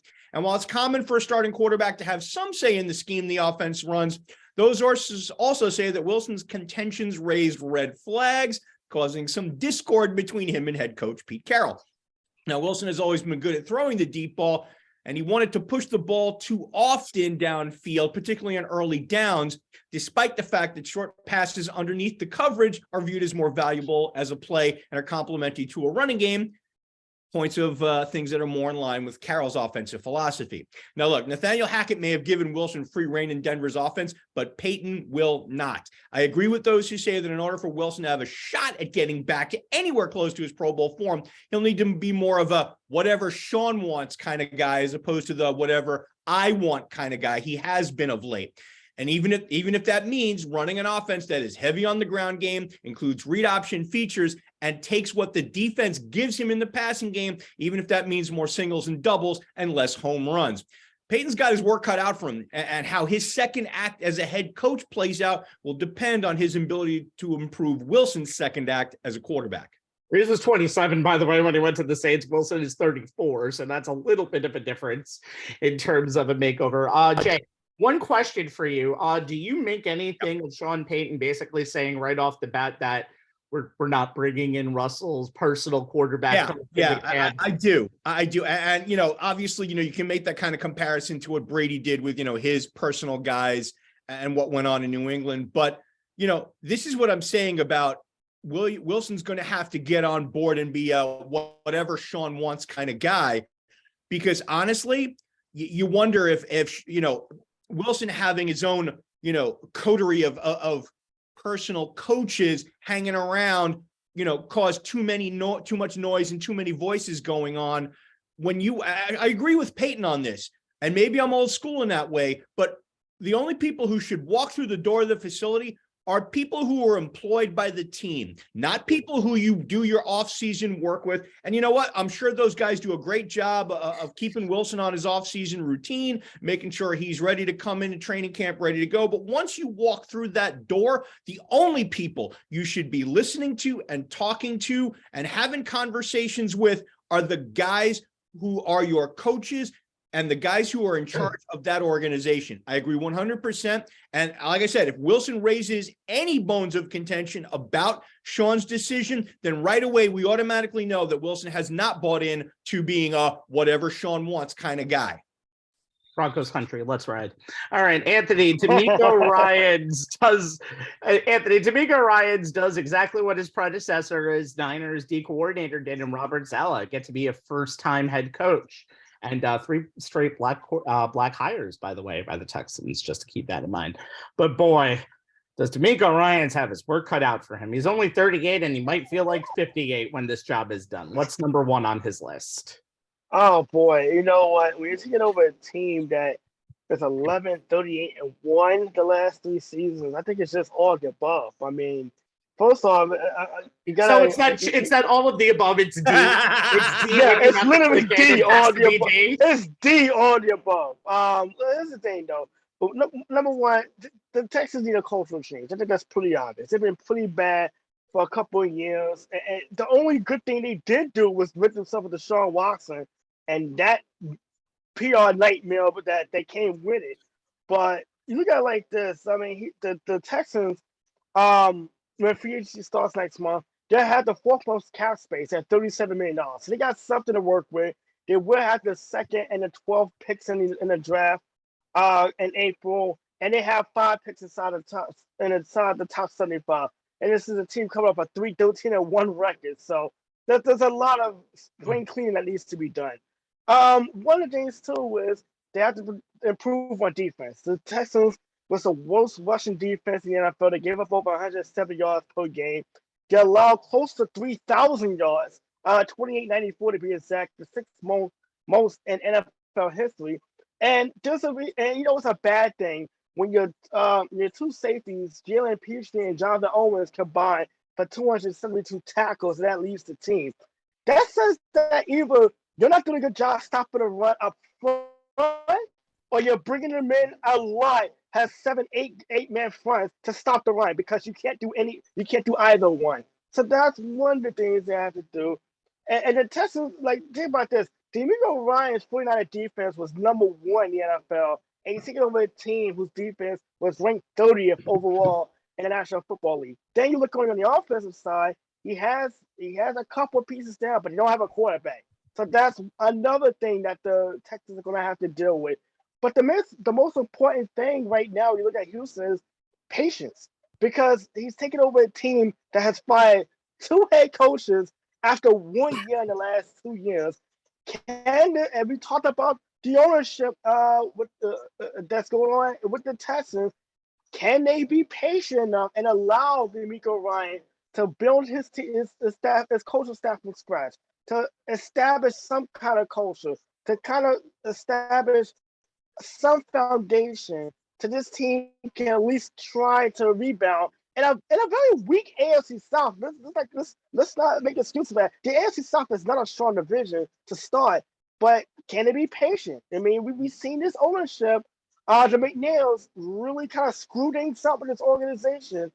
If they can be more hands-off and allow DeMeco Ryans to do his job, literally from top to bottom, maybe in a couple of years, this team could be somewhat respectable. But right now, oh boy, I mean, outside of Indianapolis, the Texans is probably one of the more dysfunctional organizations we've seen in a number of years. But when Jacksonville is the most stable organization in your division, you have a chance every single year. Just saying. But I'm just saying. But hey, hold on now. Jacksonville is all elite, so let's throw that out. Well, yes, they are always going to be all elite. But in seriousness, but also they might have the second best quarterback situation out of anybody in that division, only because Indy doesn't have a quarterback, and I don't know what Tennessee wants to do with the future. Indy doesn't have a quarterback yet. I have to put this out there for people who are watching this on Facebook right now or on YouTube. The All Elite reference is for the ownership. They own All Elite Wrestling, and it's in tie with the Jacksonville Jaguars because they own both companies. So if you did get the reference, I just want to explain that out there for you. Copy that. Well, Trevor Lawrence is also all elite after the play he's had last year, but that's just a lot of people's opinion. All right, one of the best in football too, by the way. Ironically enough, DeMeco Ryans' successor as San Francisco D coordinator is someone we talked about on the last show, Steve Wilkes. He didn't get the head job in Carolina, and Joe. Frank Reich did. We kind of sidetracked a little bit on what Reich needs to do as head coach is Carolina. I would imagine it has to do with the person under center, but what do you think is the first thing on his list? Yeah, no, that's the easy part. I think that's why he's there. I think that's why they brought him in. I think this owner has hopefully finally figured it out that he needs to start from scratch. You know, the whole thing with hiring the guy who wanted the most money to come from college and all that stuff had nothing to do with actually being successful. That was just kind of a wish list thing. And people telling him, oh, this is the guy you got to go get, when he hired Matt Rule. And the minute Rule picked up the phone and called the Giants and said, I know I'm supposed to come for an interview, but if you give me more money right now, I'll show up, or I'm going to stay here in Carolina. He should have been fired in Carolina, because it was obvious the guy was just about himself. He wasn't about building this organization. So now you got Frank Reich, who's well respected, who did a nice job where he was before. You know, give him, again, the same idea of being patient, Anthony. You know, give him a chance to now build a team the right way. You've got three guys that nobody else wanted on the team as a quarterback. Maybe one of them he can work with, you know, but that's where he's going to have to start, is figure that out, figure out an offense, hire a good defensive coordinator that he doesn't have to mess around with too much, and then start building the team from scratch. So I do think it's that simple for Frank, is identify who it's going to be, whether it's Darnold or Mayfield or, you know, one of the guys that's out there. They're not going to be able to lure Carr, because I think he's going to New Orleans. You know, we went through an entire show without mentioning the name Aaron Rodgers. I feel pretty good about it. But I think that's what Frank Reich has to do, is identify that spot and then build from there, and build his offense the way he wants to build it, run it the way he wants to do it. And again, hopefully keep the owner at bay for a while that says, you gave me this job, let me do it. And he has enough providence to do that. Just comment on the other two is, I think the D'Amico Ryans hire is great, Anthony, because they may have patience with a guy who's that age at least. You weren't going to have patience when you hired Romeo Crennel, who's 69 years old, or the other guy. You know, that makes it a little bit tougher. That's more of a quick fix. I need to stabilize the franchise a little bit. And as far as Sean Payton goes with Russell Wilson, if we all remember all those films we used to see with Peyton and Drew Brees reading each other's minds and, you know, quoting an offense that no one understood with all the terminologies and different things, but knowing in each other's head the next three plays we're going to run and what we're going to do and how this is going to work. I'm not sure you have the time with Russell Wilson to build that kind of relationship. He's almost better going to a younger guy. Again, you know, Drew Brees wasn't, you know, the number one quarterback. Find a guy who's got some skills, who's got some athleticism, who you can start to build that kind of relationship with, that's going to stay with you for 5, 8, 10 years maybe, and be successful, because Denver will give you that support. But maybe it is a Drew Lock or even the Brett Rippon or somebody who you can say, hey, look, this guy can play. Or somebody not even on their roster yet. Yeah. And, you know, someone's on the roster. You know, it's just not going to be, I don't think it's going to be Russell Wilson. That's the only thing. Long term, no, I don't think it will be long term either, Joe. That's why, you know, short term, it's who he's got to work with, and they're kind of locked into him for a bit. But it will be interesting to see how the Broncos draft at that position over the next 2-3 years. You have to wait at least a year for that. By the way, Carolina did hire a defensive coordinator, and I had to look up the pronunciation. It's Denver's defensive coordinator from last year, and they were one of the best. Defenses in the NFL. That's a great hire. That's a great hire. Who is 42, by the way, and he's had a bunch of experience. He is a. And the other thing about D'Amico is he's going to have to learn to be a head coach. Yeah, he's like Peyton, being an offensive guy, can get away with it. He could call the plays and run the team and do the whole bit. Frank Reich can go be an offensive guy, call the plays, build the team. I think D'Amico's going to have to go the Daboll route of don't just stand there on the sideline and call defenses all day long.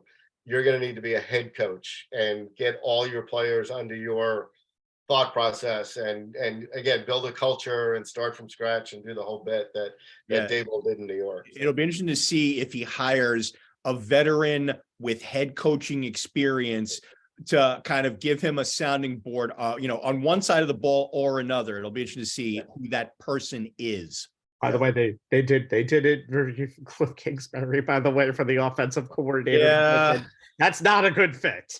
That's speaking of, by the way, let's talk about Arizona and Indianapolis. Both are playoff teams. Indianapolis 2 years ago, Arizona 1 year ago, so they have experience. They both have to do with the quarterback situation, but in different ways in my book. For the Colts, I think they're going to need a guy. I think they need to focus more on a guy who focuses on the team. Unfortunately, due to who their owner is, Jim Irsay, I have to realize the expectations here and realize that whoever is working for Irsay is going to be a sounding board for Irsay. This is a perfect spot for Wink Martindale, by the way, but Martindale has just been ruled out as of a few days ago, according to reports. So, out of the names that are left, which includes a bunch of people, it includes Colts special team coordinator Bubba Ventrone. They did interview Jeff Saturday, and I was jokingly going to say Saturday, but I don't really want to see him in the NFL again next year as a head coach. I think he will be, though, in some way, shape, or form in there. So I'm going to go with a safe hire, and not just because he was part of Hofstra football, but because he was part of Hofstra football, and go with Raheem Morris. I think he's done a very good job with the Los Angeles team as of late. And I think on their defensive side, and I do think he needs a fresh head start, because if he stays there any longer and that defense gets older and older, I think he is going to be exposed even more. You're a good coach, but you can only do what the talent that you have on that side of the ball. And I think what Morris has done over the past few years working under Sean McVay's system has been very good. He knows how to coach one side of the ball with being left alone. And I think it should be then the job of trying to find the next offensive coordinator to see who can lead whoever they're going to draft, because I'm assuming the Colts are going to have a rookie quarterback at their helm next year. So that's who I think. Most likely. For Arizona, I don't know, because first of all, this is the spot where Mike Kafka and Wink Martindale are both finalists, and I hope they don't go anywhere. And I think through everything, I don't think they will go anywhere, because honestly, both of them can get better coaching jobs in the future. Martindale is going to be tough, but I think this has to go to an offensive guy for the simple reason, because I don't want to be the coach that is going to say, come play with Kyler Murray, who has already been given even more bad mouthing. In fact, including for Terry Bradshaw, a guy who is notoriously doesn't say anything about anyone. Basically, when talking about Peyton's coaching search, saying, so why not Arizona? And Bradshaw said, who the hell wants to play with Kyler Murray anyway? And I think Harry, a lot of people don't like Kyler Murray's system and don't like Kyler Murray's preparation. And so I think this has attitude as well. So I think this has to go to somebody who is kind of desperate for a head coaching job. I think this is Eric Bieniemy's job, honestly, because I think Bieniemy has been a guy who's just been looking for anything lately, and I think this is the job he should get. And I think if you want to prove your offensive prowess, do it with this team. You don't have to hire anybody on that side of the ball. You can focus on Murray and hire a good defensive guy. Cardinals have gotten a lot of good defensive guys in their organization for years, so including Steve Wilkes. Yeah, and I think this is the hire that they should, the way they should go. All right, I think they're making a huge miscalculation by interviewing the entire world and putting guys off and not really clicking them off and saying yes or no, or second interviews or whatever it is. And now they're saying, well, we're not doing anything for a couple of weeks. Somebody like Kafka is going, look, if you don't want me, first, if I didn't impress you enough when I walked in that you brought me back immediately, and then why bother going there? I mean, so am I your seventh choice, or am I just that you really didn't make a decision? And I think that it becomes down to how many guys can you really interview for this group in such a long period of time? I don't care if you interviewed 15 guys, but do it in 3 days, do it in a week, and then make it a friggin' decision, because otherwise it's surprising that there's still two. Otherwise, to me, I'm not your first choice. Yeah, I have a feeling the Colts are a lot closer to announcing who they're going to have, but they're holding off until after the Super Bowl. Yeah. But I agree that Arizona Nobody's going to announce anything on Arizona is still this. Nobody's going to do this in the middle of everything. Peyton was the biggest last splash.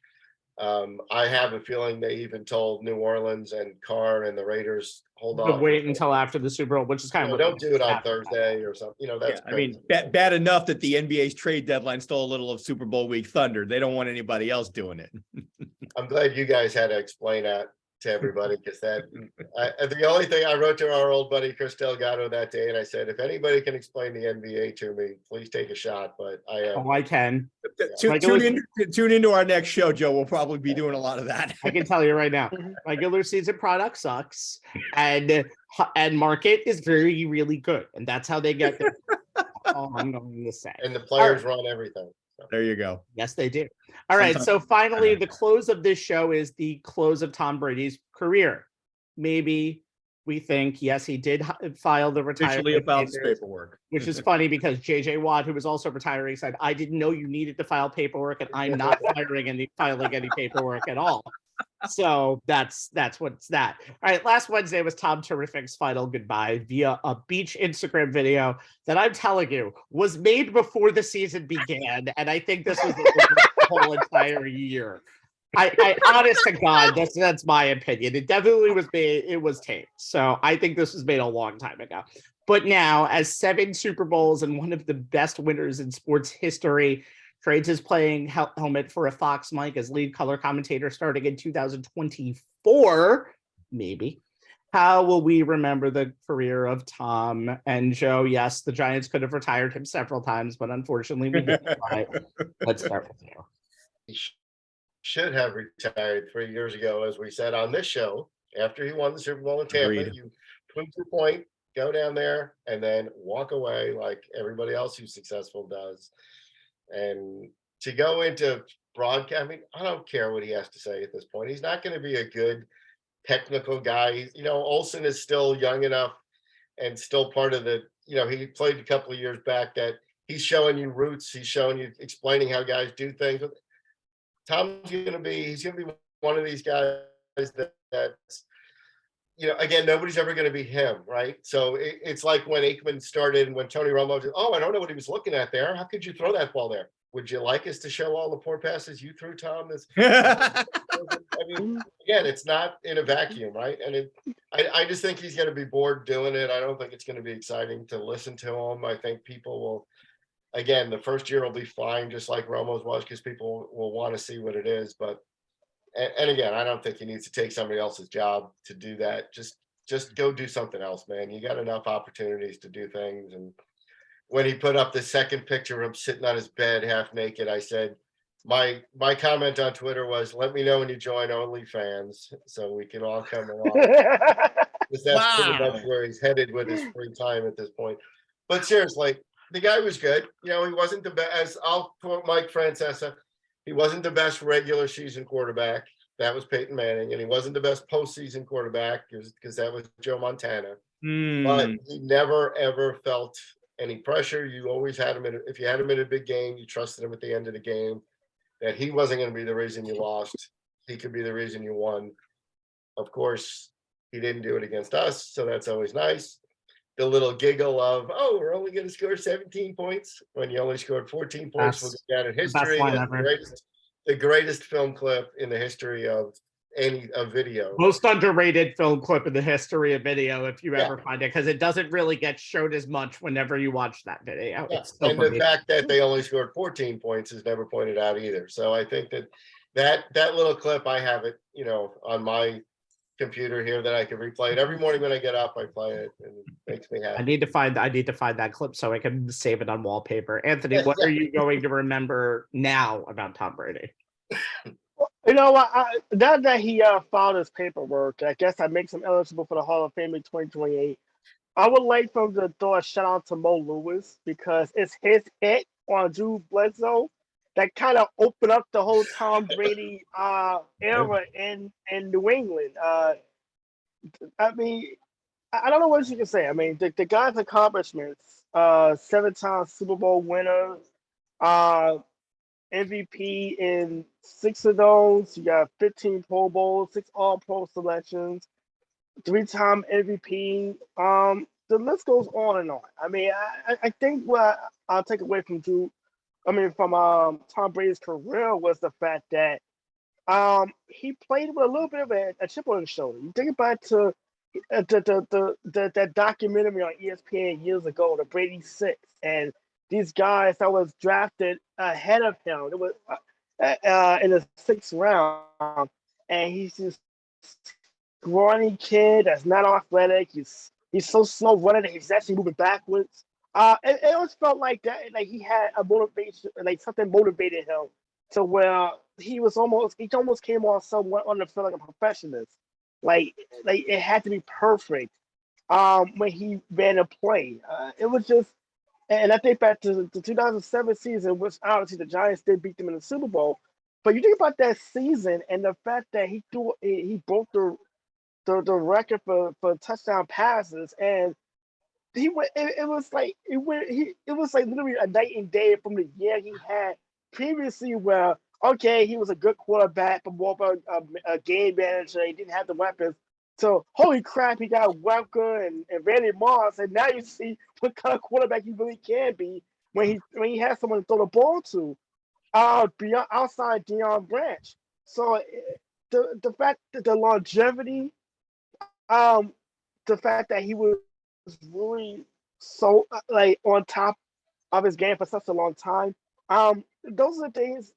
Those are really the things that really stand out to the fact that it wasn't that he was just a good quarterback or a great quarterback. The fact that he was able to do it for so long and to do it into his mid-40s is just incredible. Like how he took care of himself in the off season, how he dedicated so much time to his craft. I mean those kind of things. Those are. We talked about it obviously with LeBron James earlier this week with the all-time scoring mark. It's not the fact that he's good, but to do it for such a long period of time says a lot about the individual's dedication to what they're good at, and the time they put into it more than anything. More than anything, the stats and numbers can really sums up. So I think the fact that Tom Brady is able to walk away. Granted, this year was not a good year to end it on because Tampa Bay overall was not a good team, and the playoff game obviously being a dud, being the last game of his career, but to walk away still, the way he was able to end his career is an unbelievable achievement for a kid that was drafted in the 6th round overall back in the 2000 draft. It's amazing bunch of a career, and maybe we can finally enjoy it this time instead of figuring out where he's going next, Jay. I agree with y'all. I mean, you love him or hate him. He's arguably, the GOAT. 190. I mean, this everybody references the story. The 199th pick in the 2000 draft, and he kind of redefined quarterback play in the NFL. Is all over the record books, and arguably the greatest winner in all of sports. I'll get to what he's done in the Super Bowl, which is the stuff of legends in a minute. But you guys know I'm all about the numbers, and Brady's are kind of staggering.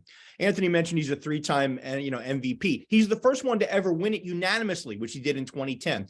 He's the all-time leader in passing touchdowns, 649, passing yards, 89,214, completions, 7,753.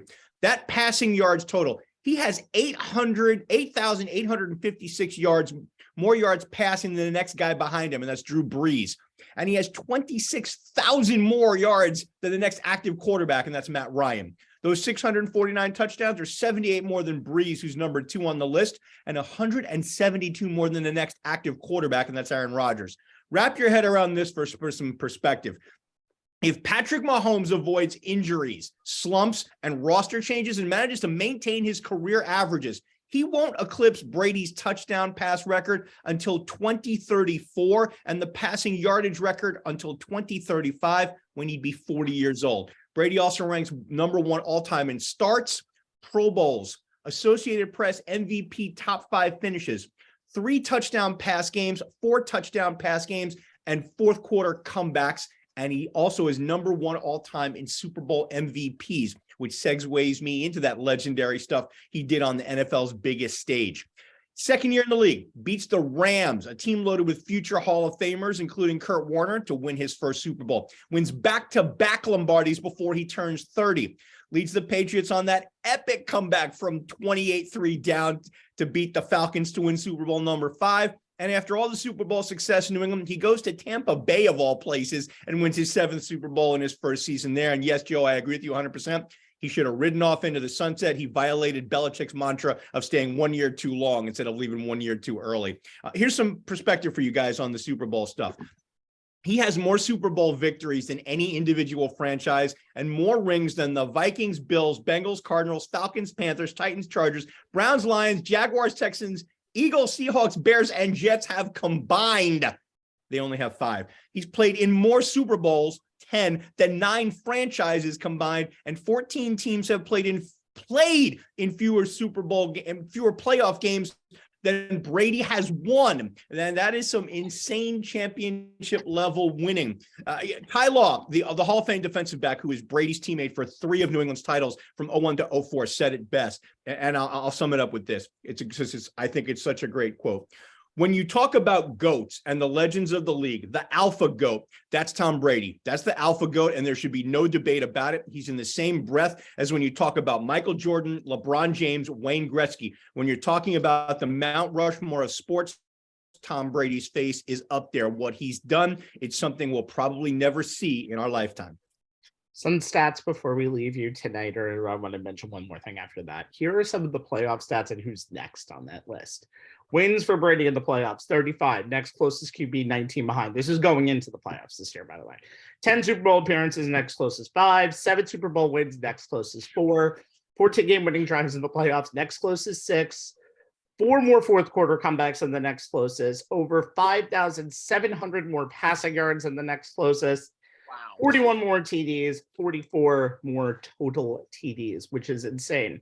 He has a 500 or better record against everybody in the NFL. 49ers, he's 2-2 against, and the Broncos, he's 9-9 against. And one more for my Atlanta fans out there. Here is Tom Brady's stats against the Falcons in his career. A 113.7 passer rating, 3,310 yards, and an interception or a touchdown to interception ratio of 28-3. Wow. Yeah, Wow. that is real. Again, a touchdown to interception ratio of 28-3. Tom Brady left the final 28-3 troll out of everything in his entire life. There's no way Tom Brady ever comes back after that. Before we go, I want to give a shout out to Jets fans who probably had one of the top 10 days in their franchise's history, sadly, on Thursday, winning Offensive Rookie of the Year, Defensive Rookie of the Year, and getting Joe Klecko finally into the Hall of Fame after all of these years, along with Darrelle Revis. Also, shout out to Brian Daboll, the NFL Coach of the Year, rightfully so. And shout out to Susie Colbert. Anthony disagrees, but giving an NFL MVP 5th place vote to the person who saved Damar Hamlin's life. Yes, I read that. That's awesome. Is awesome. That is don't awesome. care. Anthony has disagreed with it. It's a 5th place vote. I would say this in my defense. Defend. In my defense, because we see, like in this case, I didn't have a big deal with the person she voted for, but it does kind of, because we see reporters kind of use these votes like for other silly, ridiculous reasons. I was kind of against it, but considering who the person was and the circumstances, I don't have a problem with that at all. I just wanted to clarify that.